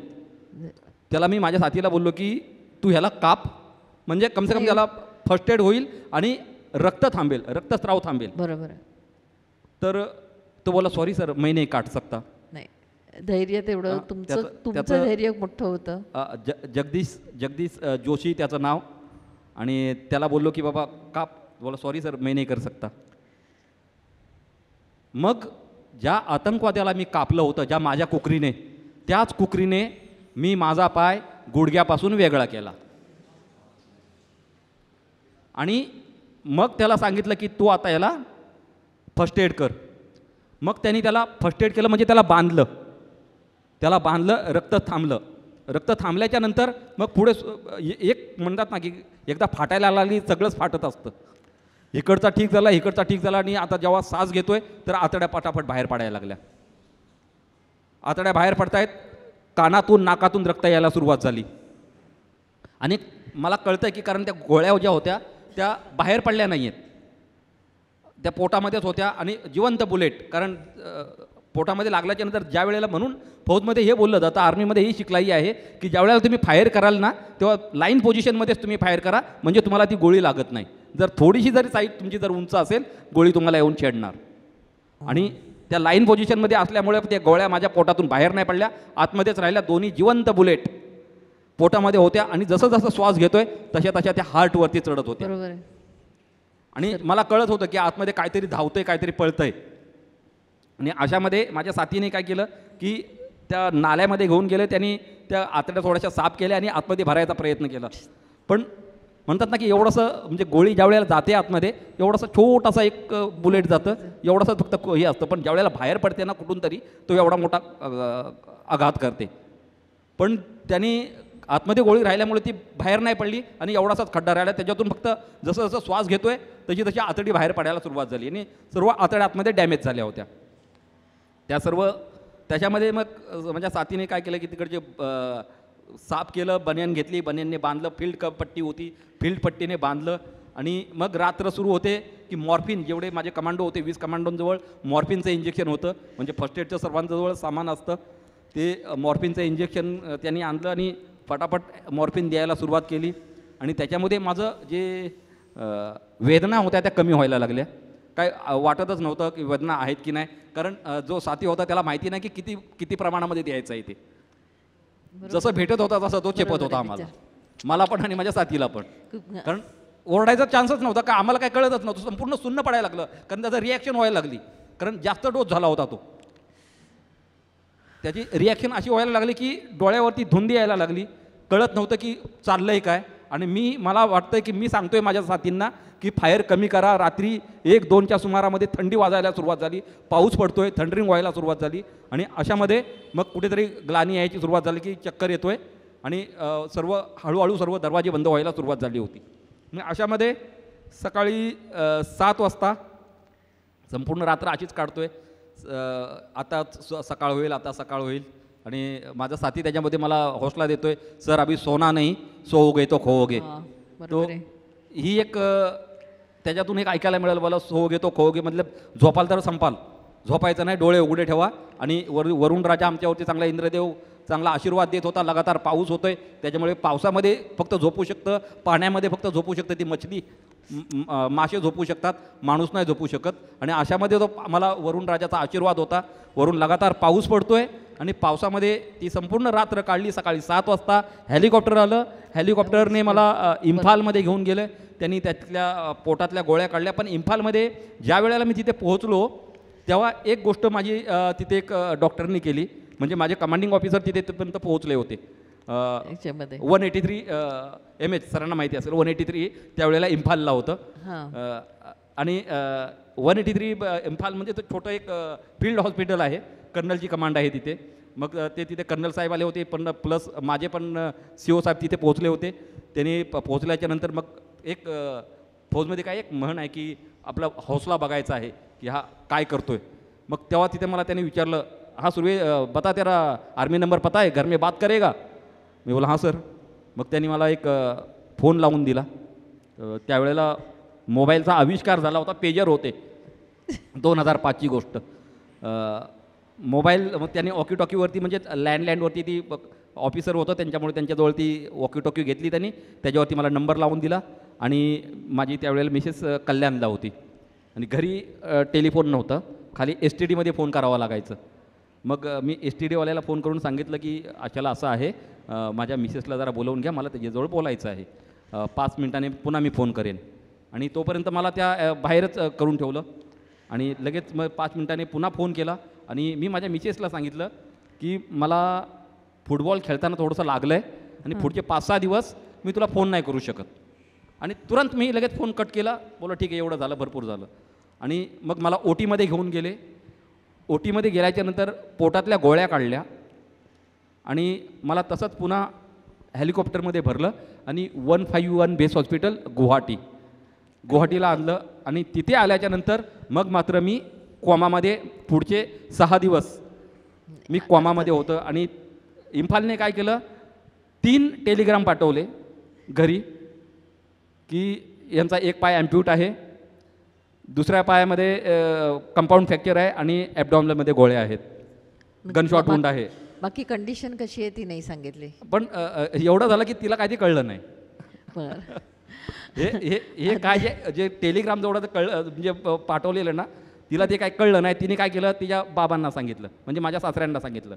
ते सुभेदार आहेत, बॉम्बे इंजिनियर ग्रुपमधून ते सुभेदारच्या रँकने रिटायर्ड झाले.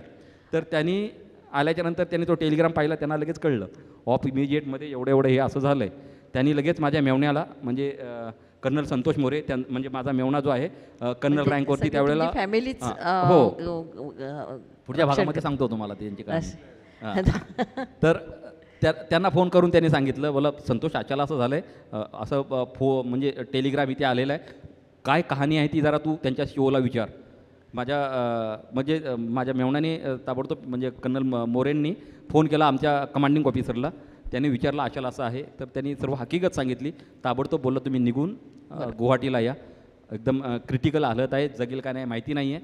मग तसंच हे सर्व माझी सर्व मंडळी, आई, माझे मामा, माझी बहीण, माझे सर्व भाऊ, पाचीच्या पाची भाऊ, सर्व आर्मीवाले सगळ्याच्या सर्व ते तिथपर्यंत. खरं नाही, पण तुमच्या खरंच राष्ट्रप्रेमाला आम्ही त्रिवार वंदन करतो, कारण हे अशक्य ते शक्य कसं करायचं, आणि दुसरी तेवढंच नाही आहे, हिंमत कशी ठेवायची शेवटपर्यंत, ते आम्ही शिकलो तुमच्या एकंदर सगळ्या प्रवासातनं.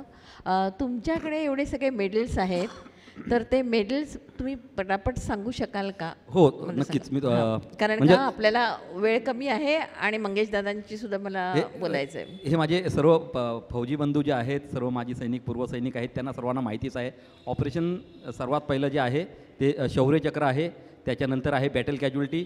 मणिपूर, नागालँड, आसाम, सर्वात पहिलं माझं जे ऑपरेशन होतं operation rhino Assam, operation orchid Nagaland, operation Parakram Jammu and Kashmir, operation Rakshak Jammu and Kashmir, operation Vijay Jammu and Kashmir जो कारगिलच्या नावाने ओळखलं जातो, ऑपरेशन हिफाजत 1 मणिपूर, ऑपरेशन हिफाजत 2 मणिपूर, त्यानंतर हाय अल्टिट्यूड, त्यानंतर UN मिशन साऊथ आफ्रिका काँगो, असे हे सर्व ऑपरेशन्स आहेत.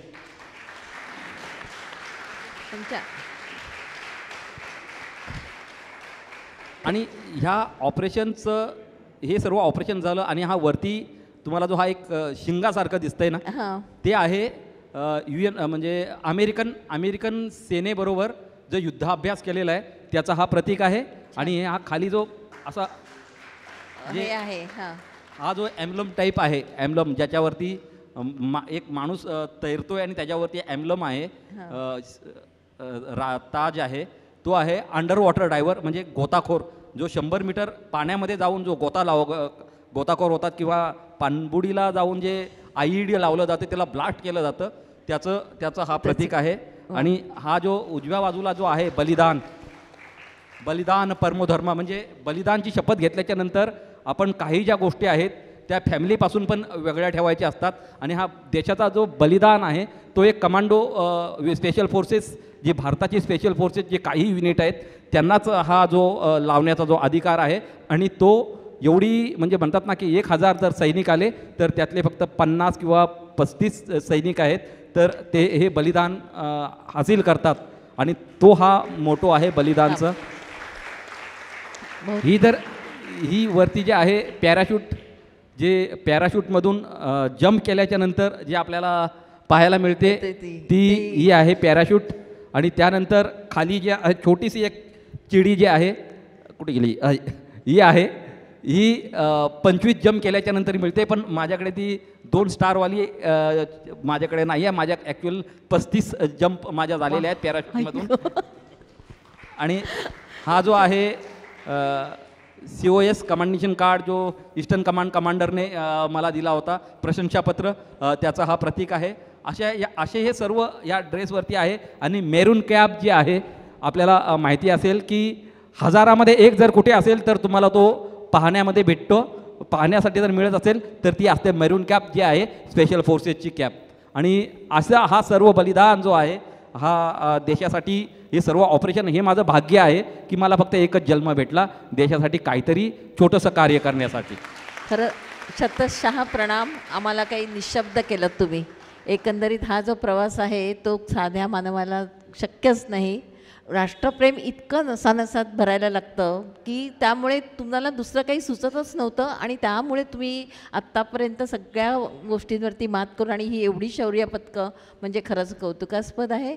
आता आपल्याला वेळ कमी असल्यामुळे आम्हाला जास्त बातचीत करता येत नाही, पण तरीही युवा पिढीला तुम्ही 1-2 शब्दामध्ये सांगा की आता युवा पिढी म्हणजे नाहीच आहे, पण आमची नातवंडसुद्धा आहेत, तर आम्ही काय सांगू शकतो त्यांना? खरं तर युवा इथे नाही आहेत पण आपल्या कॅमेऱ्यासमोर आहेत, ते सर्व पाहत आहेत आपल्याला आणि संपूर्ण जग पाहत आहे. त्याच्यामुळे तुम्ही त्या युवा पिढीला मी एवढंच सांगू शकेन की सर्वप्रथम देश, राष्ट्र पहिलं आणि त्यानंतर बाकीच्या सर्व गोष्टी. त्यामध्ये सर्वात पहिलं तुम्ही व्यसनापासून दूर राहा आणि तुम्हाला करिअर करायचं असेल कुठल्याही क्षेत्रामध्ये करा, पण ते देशासाठी करा. करिअर जे असेल ते देशासाठी असेल. हे फक्त राष्ट्रप्रथम तुम्ही जर ठरवलं, व्यसनापासून जर दूर राहिलात, आईबाबांची सेवा करा, आपल्या आपले गुरुजन जे आहेत त्यांची आज्ञा पाळा. आणि 2 शब्द अजून फक्त सांगतो की देश आहे तर आपण आहोत, धर्म आहे तर आपण आहोत आणि ह्या धर्मासाठी, या जातीसाठी, या देशासाठी सर्वस्व देण्यासाठी आपली तयारी पाहिजे. एवढं फक्त मी या आजच्या नवीन पिढीला सांगू इच्छितो आणि आपली इथेच रजा घेतो. जाता जाता फक्त एक प्रभूजवळ, या भारत मातेजवळ एक इच्छा प्रकट करतो. हे प्रभू, ऐसा वर्दे मोहे, विजय मिले या वीरगती. धन्यवाद. जय हिंद.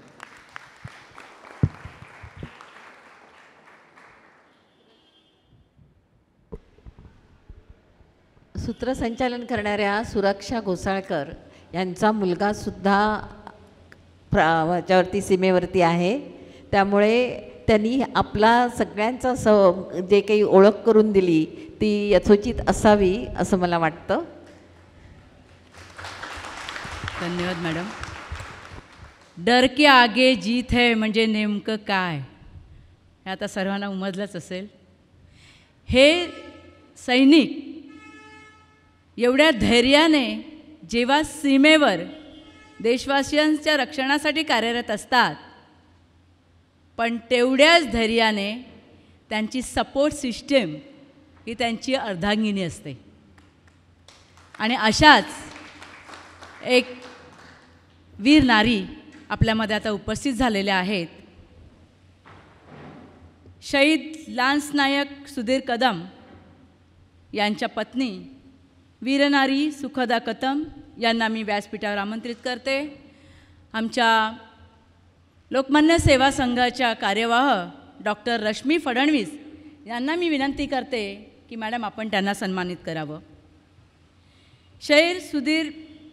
शहीद सुधीर बाळकृष्ण कदम हे भारतीय सैन्याच्या जाबाज मराठा बटालियनचे जवान म्हणून कारगिल युद्धात त्यांचं योगदान होतं. 12 मार्च 2015 रोजी सेवेत असताना हृदयविकाराने त्यांना वीरमरण आले. त्यांच्या पश्चात त्यांची पत्नी सुखदा सुधीर कदम आणि त्यांच्या 2 मुली आहेत. ध्रुवा आहे जी आता इयत्ता 8वीमध्ये शिकत आहे आणि शौर्य आहे ती इयत्ता 5वीमध्ये शिकत आहे. मी सपोर्ट सिस्टीम का म्हणते त्याचं ज्वलंत उदाहरण म्हणजे त्यांच्या पत्नी आहेत. आपल्या मातृत्वाला सलाम म्हण. आपल्यामध्ये आता उपस्थित आहेत ज्यांनी इंडियन आर्मी 84 आर्म रेजिमेंट टँकचा सहभाग येतो असे नॉन कमिशन ऑफिसर म्हणून 17 वर्ष सेवा दिलेली आहे. ते राष्ट्रीय पातळीवरील फुटबॉल खेळाडू आहेत.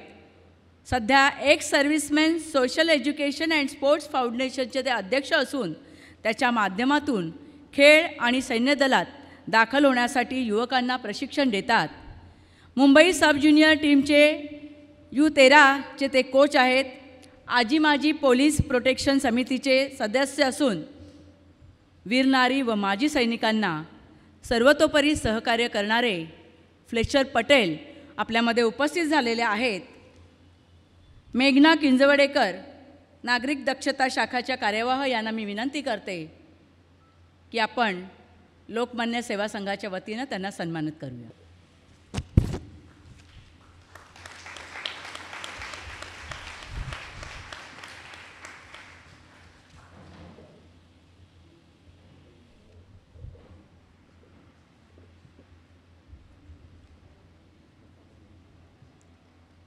आपल्यामध्ये उपस्थित आहेत इंडियन नेव्हीमध्ये chief engine room artificer JCO म्हणून ज्यांनी 15 वर्ष सेवा दिली. Sri Lanka Indian peacekeeping force Sri Lanka वॉरमध्ये त्यांचा सहभाग होता. इंडियन नेव्हीच्या विविध मोहिमांमध्ये जे सहभागी झालेले आहेत आणि सध्या सैनिक फेडरेशनचे सेक्रेटरी तसेच पोलीस प्रोटेक्शन कमिटीमध्ये कार्यरत असलेले सरदार चोपडे आपल्यामध्ये उपस्थित आहेत. डॉक्टर विवेक भट, अध्यक्ष श्री वा फाटक ग्रंथ संग्रहालय यांना मी विनंती करते आपण या वीर सेनानींना सन्मानित करावं.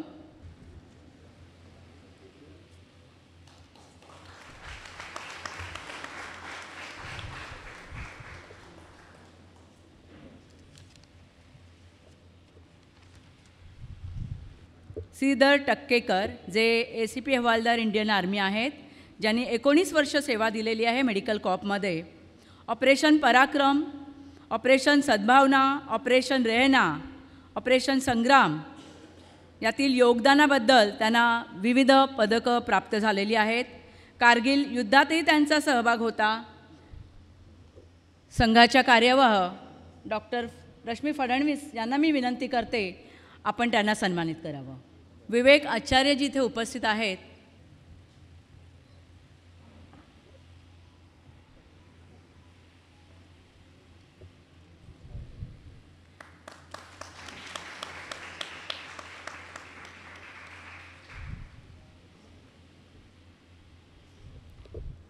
शौर्यचक्र विजेते पॅरा कमांडो मधुसूदन सुर्वे यांनी जे काही आपल्यासमोर मांडलं त्यातून आपल्या सर्वांच्या हृदयाची स्पंदनं वाढलेली आहेत आणि ती पुन्हा नॉर्मल स्थितीत येण्यासाठी मी आमच्या सौ प्रतिभा सराफ, सौ माया कुलकर्णी आणि सौ वैशाली जोशी यांनी आपल्यासाठी गीत सादर करावं अशी मी त्यांना विनंती करते.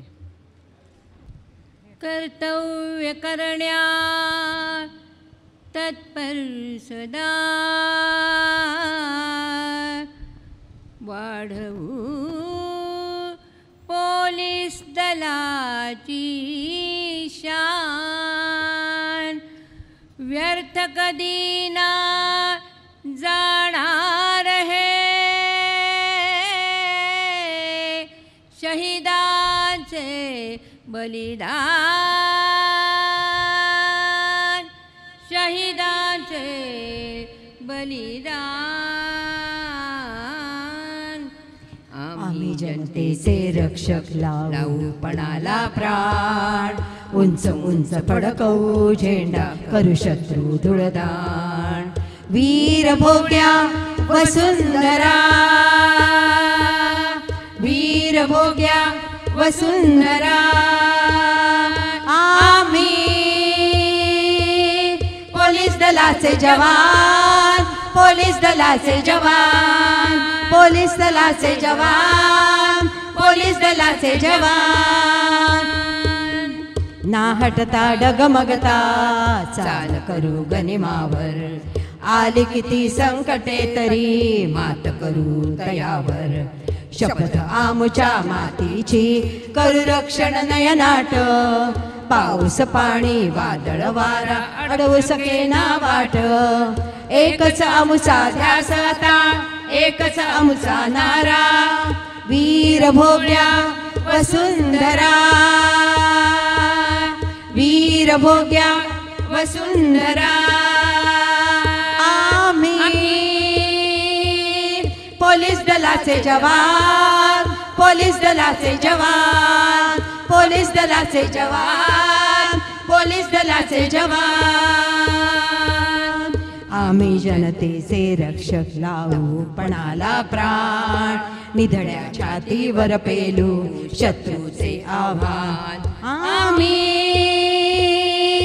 पोलीस दलाचे जवान, पोलीस दलाचे जवान, पोलीस दलाचे जवान, पोलीस दलाचे जवान.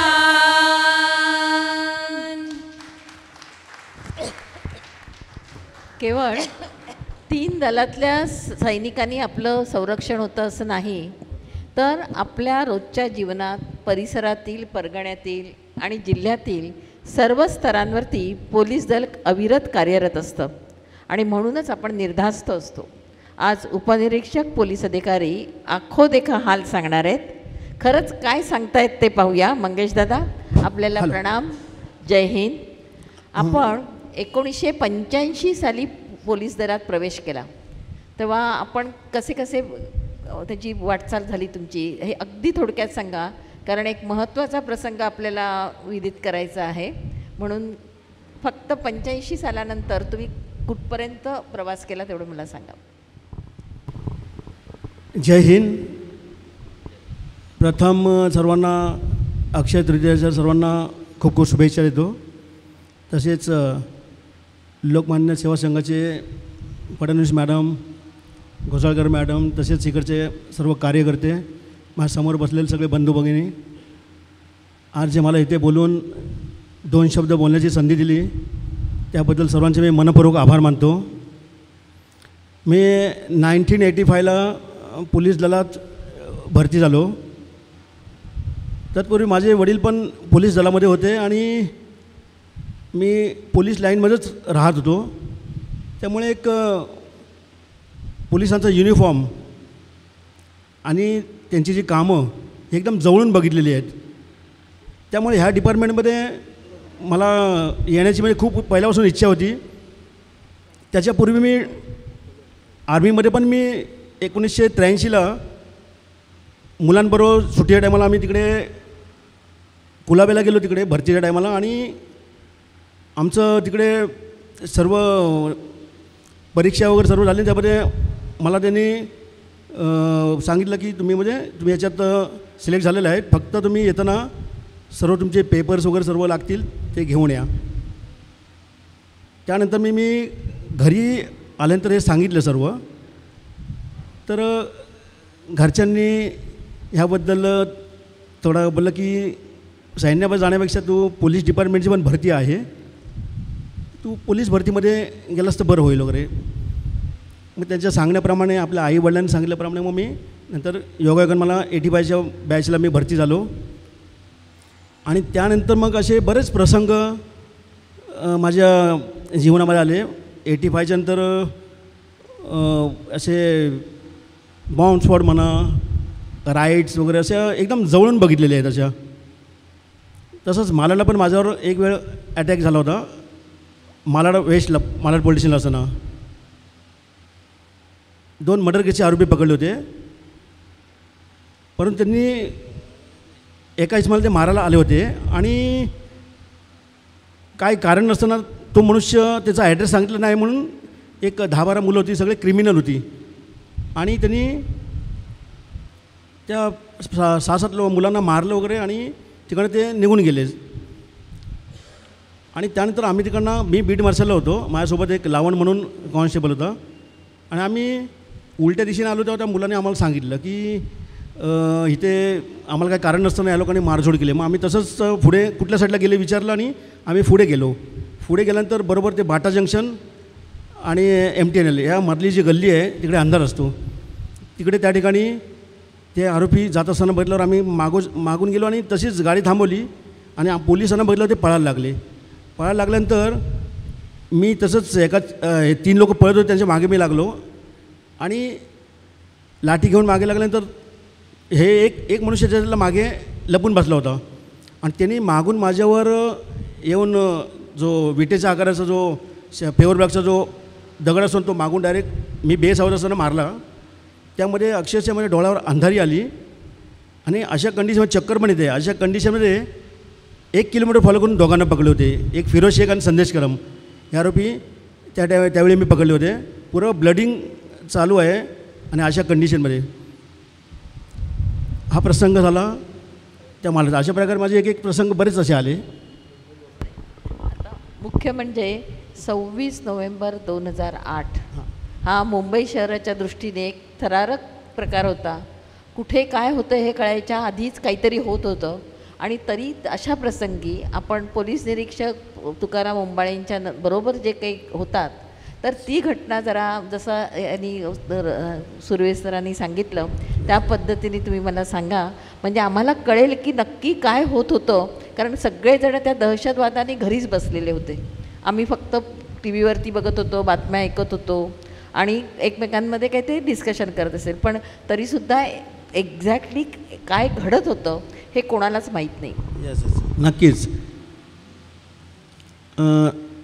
26/11/2008 कसाबला नेमकी कशी अरेस्ट केली आपल्याला ती घटना मी कथन करतो. 26/11/2008 रोजी आपल्या मुंबई शहरावरती 10 आतंकवाद्यांनी VT station, Cama hospital, Rangbhavan, hotel Oberoi Taj, Nariman house, cafe Leopold अशा वेगवेगळ्या ठिकाणी फायरिंग केली होती, बॉम्ब ब्लास्ट केला होता. आणि असे मेसेज आम्हाला मिळत गेले. आम्ही ताबडतोब डिबिंगवर पोलीस स्टेशनवरून मी डायरेक्ट पोलीस व्हॅन घेऊन आम्ही गिरगाव चौपाटी या ठिकाणी पोहोचलो.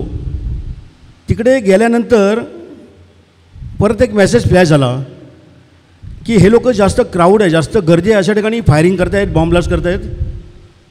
म्हणून आम्ही गिरगाव चौपाटी या ठिकाणी 3-3.5 हजारच्या वरती क्राऊड असतो, लोक आपल्या फॅमिलीबरोबर फिरायला आले असतात. त्या ठिकाणी आम्ही आमची टुरिझम गाडी संपूर्ण गिरगाव चौपाटी या ठिकाणी फिरवून पब्लिकला मेगाफोनने अनाउन्समेंट करून सांगितलं की आपण जितकं लवकर लवकर घरी जाता येईल तितकं आपण लवकर लवकर घरी निघून जा, कारण बऱ्याच ठिकाणी फायरिंग्स आणि बॉम्ब ब्लास्ट चालू आहे. असं आम्ही मेगाफोनने अनाउन्समेंट करतो आहे. आणि अर्ध्या-पाऊण तासामध्ये आम्ही पूर्ण गिरगाव चौपाटी संपूर्ण खाली केली आणि कन्फर्म केलं. कन्फर्म झाल्यानंतर मग कोणी दिसत नाही आहे, मग आम्ही गिरगाव चौपाटी फुटब्रिज जंक्शन या ठिकाणी नाकाबंदी स्टार्ट केली. नाकाबंदी अशा प्रकारे डबल बॅरिगेड, जो मरीन लाईन्सहून मलबारला जाणारा रूट होता तो आम्ही टोटल डबल बॅरिगेडनी बंद केला होता. आणि एक एक गाड्या चेक करत होतो, आतली माणसं, बॅगा, डिक्की सगळं चेक करायचो. आणि कोण डाऊटफुल नाही वाटलं की आमचे 2 लोक बॅरिगेड ओपन करायचे, गाडी पास झाली की परत बॅरिगेड क्लोज, अशी आमची नाकाबंदी चालू होती.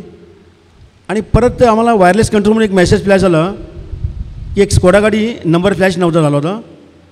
स्कोडा गाडी NS रोडनी येते आहे आणि त्या गाडीमध्ये 2 संशयित लोक आहेत आणि त्यांच्या गाडीमध्ये अत्याधुनिक हत्यार आहे, AK-47, hand grenade, bomb, magazine असं पुरं भरलेली सामान भरलेली गाडी येते. असा मेसेज फ्लॅश झाल्यावर आम्ही नाकाबंदी अधिक तेज केली. एक एक गाड्या अजून कसून चौकशी चेक करायला लागलो. आणि ही गाडी बरोबर 12:30च्या आसपास आम्हाला भरधाव वेगाने येत असताना दिसली. आणि त्यांनी बघितलं आपल्याला जाणारा रूटच पोलिसांनी बंद केलेला आहे. त्यांनी अर्जंट ब्रेक मारला आणि एक 40-50 फुटावर गाडी उभी राहिली.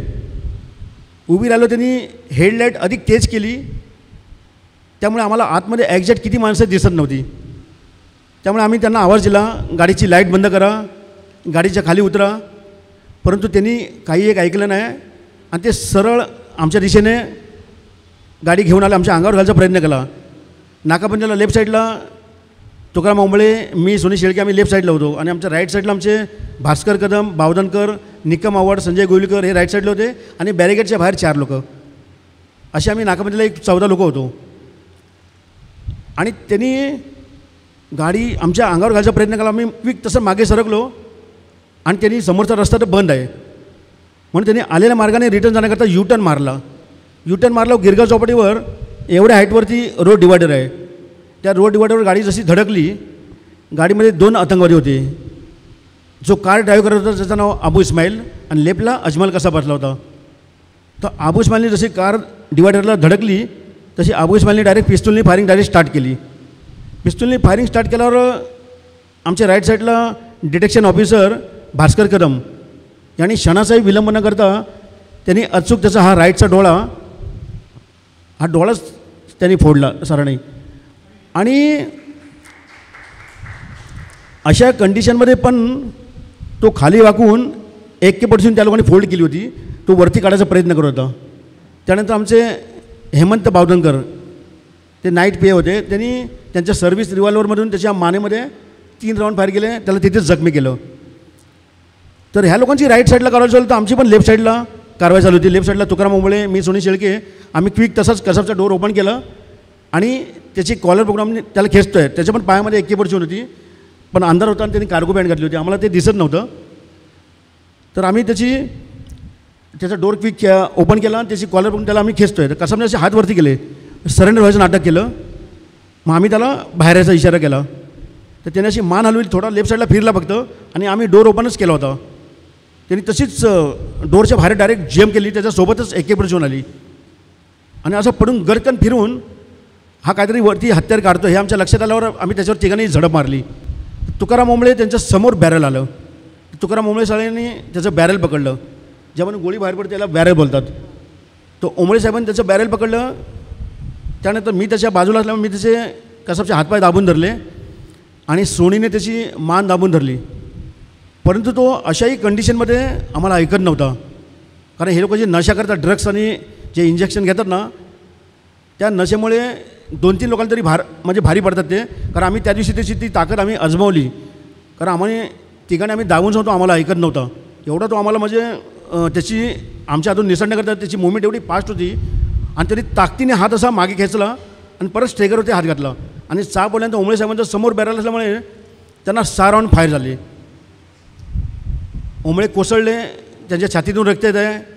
हे बघून एकदम म्हणजे एवढा म्हणजे मनामध्ये जो राग येतो आणि त्याचवेळी तो फायरिंग करून उठतो आहे कसा. मी समोरच होतो की तसाच क्विक तसा खाली वाकलो आणि त्याला धक्का दिला, डायरेक्ट धक्का दिला आणि त्याची जी गन होती तोच हात असा पकडून असा हात फिरवला जसा आणि त्याच्या हातावर मी जोरजोरात फटके मारतो आहे तर त्यांनी 1 मिनिट गन सोडली होती, एवढी मजबूत पकडली होती आणि एवढं करून तो सोडत नाही आहे आणि त्याची जी उंगली होती ती स्टेगरवरती होती. तर मी असे फटके मारतो आहे ना, तर मी त्याचं बॅरलच्या अशीच फिरवलं होतं. तर त्यांनी स्टेगर फटके मारतो तर स्टेगर दाबलं गेलं आणि माझ्या साईडने असं गोळ्या 5-6 गोळ्या 60-60 निघून गेल्या. तेच जर ह्या साईडला असतं तर माझ्या छातीत गोळ्या गेल्या असत्या. आणि असं करूनसुद्धा तो गन सोडत नाही आहे. मग त्याच्या स्टमकवरती पाय असा दाबून धरला आणि गनला झटका दिला असा आणि अशी झटका मारून हिसकावून घेतली गन. जशी गन AK-47 माझ्या हातात आल्यानंतर मग आम्ही त्याला काठीने लातान कसाबला एवढा मारला, तो बेशुद्ध पडला तरी आम्ही मारत होतो. कारण आमचे तुकाराम ओंबळे खाली कोसळले होते, त्यांच्या छातीतून रक्त येत होतं. ते बघून आम्ही कसाबवर तुटून पडलो होतो. तेवढंच आमचे संजय गोविलकर साहेब धावत आले आणि बोलले, अरे थांबा, मारू नका, एक तर जिवंत राहून दे, तो आपल्याकडे एव्हिडन्स आहे, तो कुठून आला, कुठल्या देशातला आहे, त्याच्यासोबत आणि कोण कोण आहे आणि त्यांनी कुठे कुठे हत्यारं काय काय बॉम्बवर ठेवले असेल आपल्याला सर्व माहिती मिळेल, त्यामुळे त्याला प्लीज मारू नका. मग आम्ही त्याला मारायची थांबलो. मग आम्ही त्याची झडती घेतली. झडती केल्यानंतर त्याच्या मागच्या खिशामध्ये पिस्तूल एक आम्हाला खोलायला मिळालं. पण ह्या लोकांकडे एक जिवंत आतंकवादी पहिली वेळ मुंबई गिरगाव चौपाटी या ठिकाणी पकडला गेलेला आहे आणि जिवंत आतंकवादी कुठेही मिळत नाही. कारण ह्या लोकांकडे सायनाईडची गोळी असते. आम्ही सर्व चेक केली, त्याच्या शूज वगैरे सर्व चेक केले, परंतु गोळी आम्हाला मिळाली नाही. आणि मी तुम्हाला एवढं सांगतो, माझ्याकडे फक्त लाठी होती, ओनली विथ लाठी, विदाऊट वेपन. आणि लाठी हेच आपलं शस्त्र आहे. आणि असा मेसेज मिळूनसुद्धा काही झालं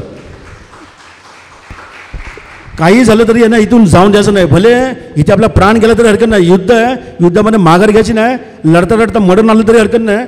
पण ह्यांना पुढे जर हे निघून गेले तर पुढे भरपूर लोकांचे प्राण घेणार. म्हणून त्याप्रमाणे आम्ही ऑपरेशन ते सक्सेस केलं.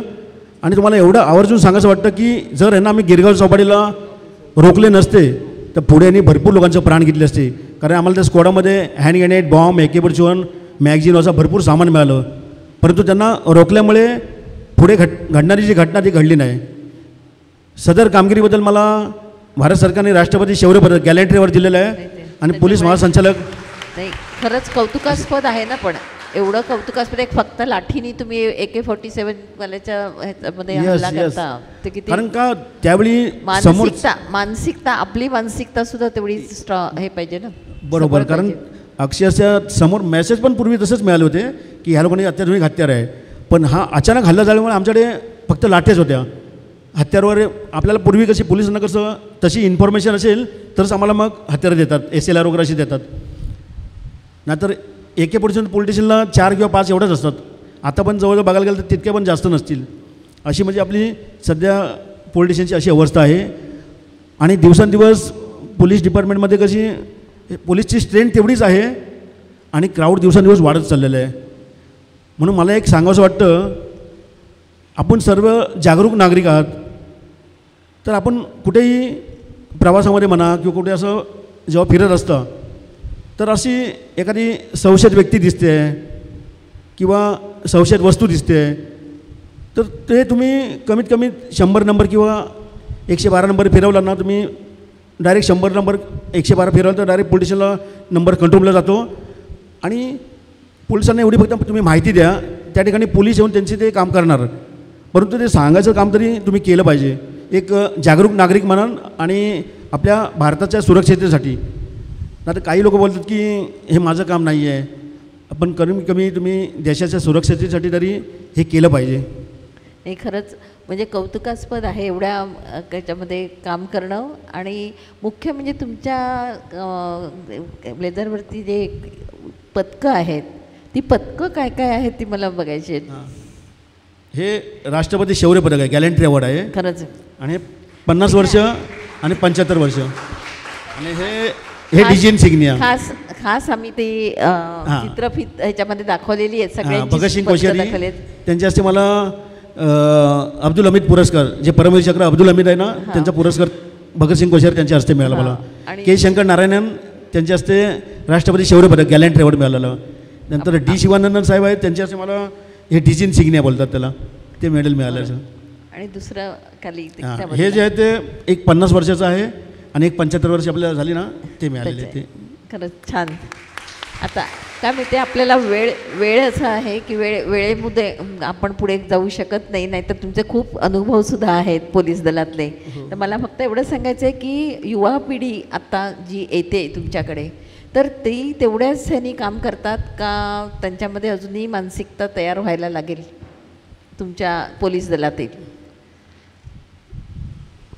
बघायला गेलं तर प्रत्येक पॅरेंट्सचं काम आहे, पोलीस डिपार्टमेंट म्हणा किंवा सैन्य दलामध्ये आपला एक तरी मुलगा जायला पाहिजे, देशाच्या सुरक्षितेसाठी भरती व्हायला पाहिजे.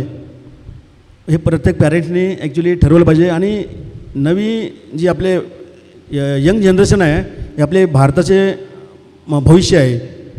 तर त्यांनी जर कारण देशाच्या सुरक्षितेसाठी जर असं सैन्य दलात किंवा पोलीस दलात गेलं तर आपला देश त्यामुळे सुरक्षित राहू शकतो. कारण जे अंतर्गत जे युद्ध असतं ते पोलीस डिपार्टमेंट बघतं आणि बॉर्डरला सैन्य बघतो. आणि त्यामुळेच आपण सर्व रात्री सुकूनची झोप घेतो आपण. तुम्ही गाण्याचे सुद्धा कार्यक्रम करता, तर एक दिवस खास आम्ही त्याच्यासाठी स्पेशल बोलवणार आहोत तुम्हाला. हो, नक्की, कारण नक्कीच. आम्हाला राष्ट्रभक्तीपर गाणी ऐकायचीच आहेत. नक्की काय म्हणताय ती, कारण मी ऐकलेली आहेत तुमची आता. आणि आता आपण समारोपाकडे बोलूया, कारण समारोप झाल्यानंतर एक गीत आहे, त्या गीताने ह्याची सांगता होणार आहे. सुरक्षाताई अजून काही राहिले? धन्यवाद रश्मिताई. आपल्या सर्वांना प्रकर्षाने जाणवलं असेल, आपला प्रत्येक सण साजरा होतो गर्दीतला, कारण आपल्यासाठी माणूस उभा असतो वर्दीतला. ह्या दोन्ही वीर योद्ध्यांमुळे आज आपण आपला प्रत्येक आनंद व्यक्त करत असतो. आणि त्यांनी खास आपल्या भावना इथे व्यक्त केलेल्या आहेत. त्या भावनेचा आदर म्हणून आपण प्रत्येकाने आपल्या जागेवर स्वतःला जरी सैनिक समजून आपली जी काय दक्षता आहे त्यानुसार जरी आपण कार्यपद्धती अवलंबली तरी खूप काही त्यांना सहकार्य होईल. हेच आज कार्यक्रमाचं फलित आहे. यानंतर आजच्या कार्यक्रमाच्या समारोपाच्या सदिच्छा देण्यासाठी मी लोकमान्य सेवा संघाचे कार्याध्यक्ष श्री उदय तारदाळकर सर यांना विनंती करते.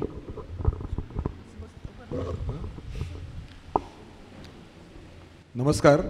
या सर्वांना वंदना करण्यासाठी मी ॲक्च्युली उभा आहे, कारण बाकी सगळे उभं बसून बोलत आहेत. पण मला वाटतं ह्यांना आपण सर्वप्रथम वंदन केलं पाहिजे. अक्षय तृतीयेच्या दिवशी असा हा प्रसंग आपण आपल्यापुढे आपण आलं आहे, खरंच आपलं भाग्य आहे.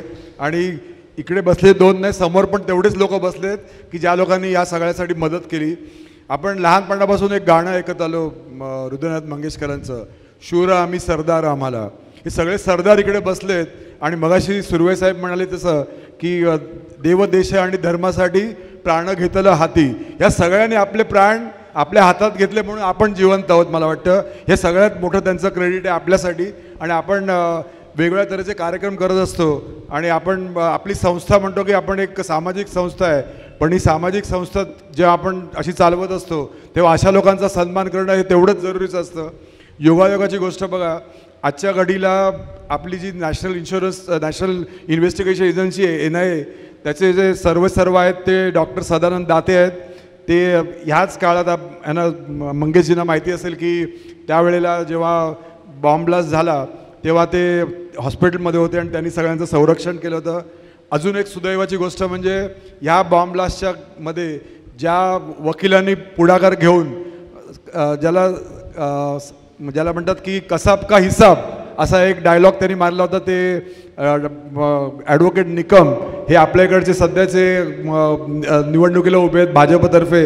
हा एक पण चांगला योगायोग आहे. म्हणजे एकूणच आपण बघितलं तर ज्या तऱ्हेने आपण एक शांतपणे जीवन जगत असतो, सामाजिक संस्था म्हणून आपण काम करतो आणि सामाजिक संस्था करताना आपले एक निवांतपणा असतो.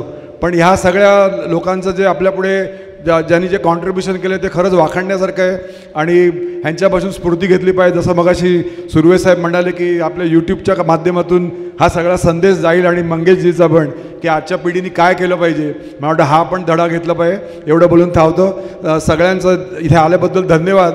आणि एक असा पण एक आज योगायोग आहे की आपण जेव्हा म्हणतो की सगळ्यांचं संरक्षण करण्यासाठी आपण इकडे जमलो आणि आमच्या सुरक्षा मॅडमनी पण हा पुढाकार घेऊन ह्या सगळ्यांना एकत्र आणलं आणि त्यांचं नाव सुरक्षा आणि रक्षा दिली असं मला वाटतं. धन्यवाद.